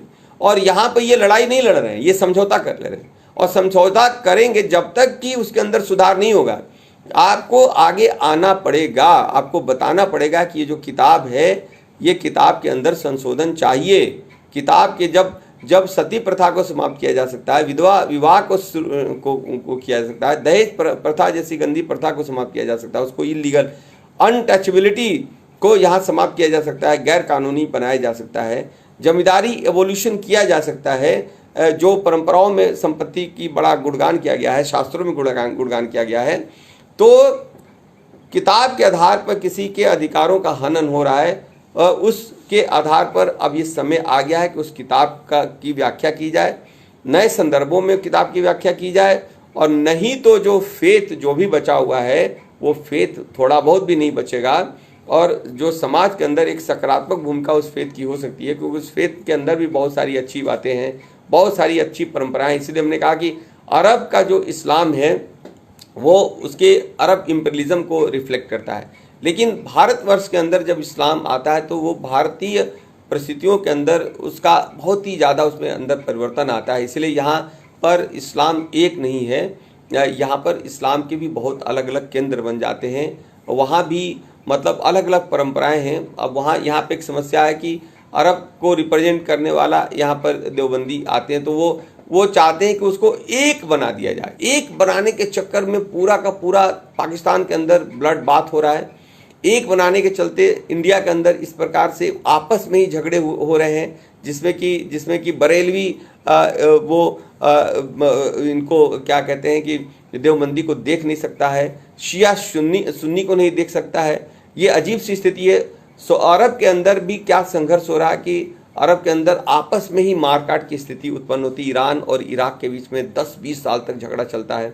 आज सऊदी अरेबिया का ही आपस में झगड़ा कतार के साथ, जो एक बहुत लंबे समय तक ये मित्र होते हैं, इनके साथ एक खूनी संघर्ष चल रहा है। यमन के साथ उनके खूनी संघर्ष चल रहे हैं, यानी कि अपने अड़ोस पड़ोस के साथ सबके साथ उनके संघर्ष चल रहे हैं, वो भी खूनी संघर्ष चल रहे हैं। पूरी की पूरी सभ्यता, बेबीलोन की सभ्यता और इजिप्ट की सभ्यताओं को नष्ट कर दिया जाता है धर्म के नाम पर। जो बुद्ध का पूरा अफगानिस्तान के अंदर एक बुद्धिस्ट एक कंट्री होता है, उसका बामियान जो इस्लाम 7वीं सदी के अंदर आता है, 4वीं सदी के अंदर बुद्ध की प्रतिमा वहाँ अफगानी बहुत ही शांत होते, बहुत ही शांत प्रवृत्ति होती थी, क्योंकि बुद्धिज्म का वहाँ बहुत अच्छा प्रचार था। और जैसे ही वो रिलीजन एक एग्रेसिव फॉर्म में जाता है, फेथ के रूप में रिलीजन जाता है, वो ऐसे शांत लोगों को हिंसक बना देता है। वो इतने अच्छे लोग अचानक अपने ही बुद्ध की प्रतिमा को नष्ट कर देते हैं। और आप देख सकते हैं कि अगर रिलीजन या मजहब या धर्म को सही संदर्भों में नहीं समझा जाए तो वो एक घातक रूप में उसका घातक रूप हो जाता है। और इसलिए इस पर एक सम्यक दृष्टि आपको अपनाना पड़ेगा, इस पर एक बहुत ही अलग तरीके से दृष्टि अपनाना पड़ेगा।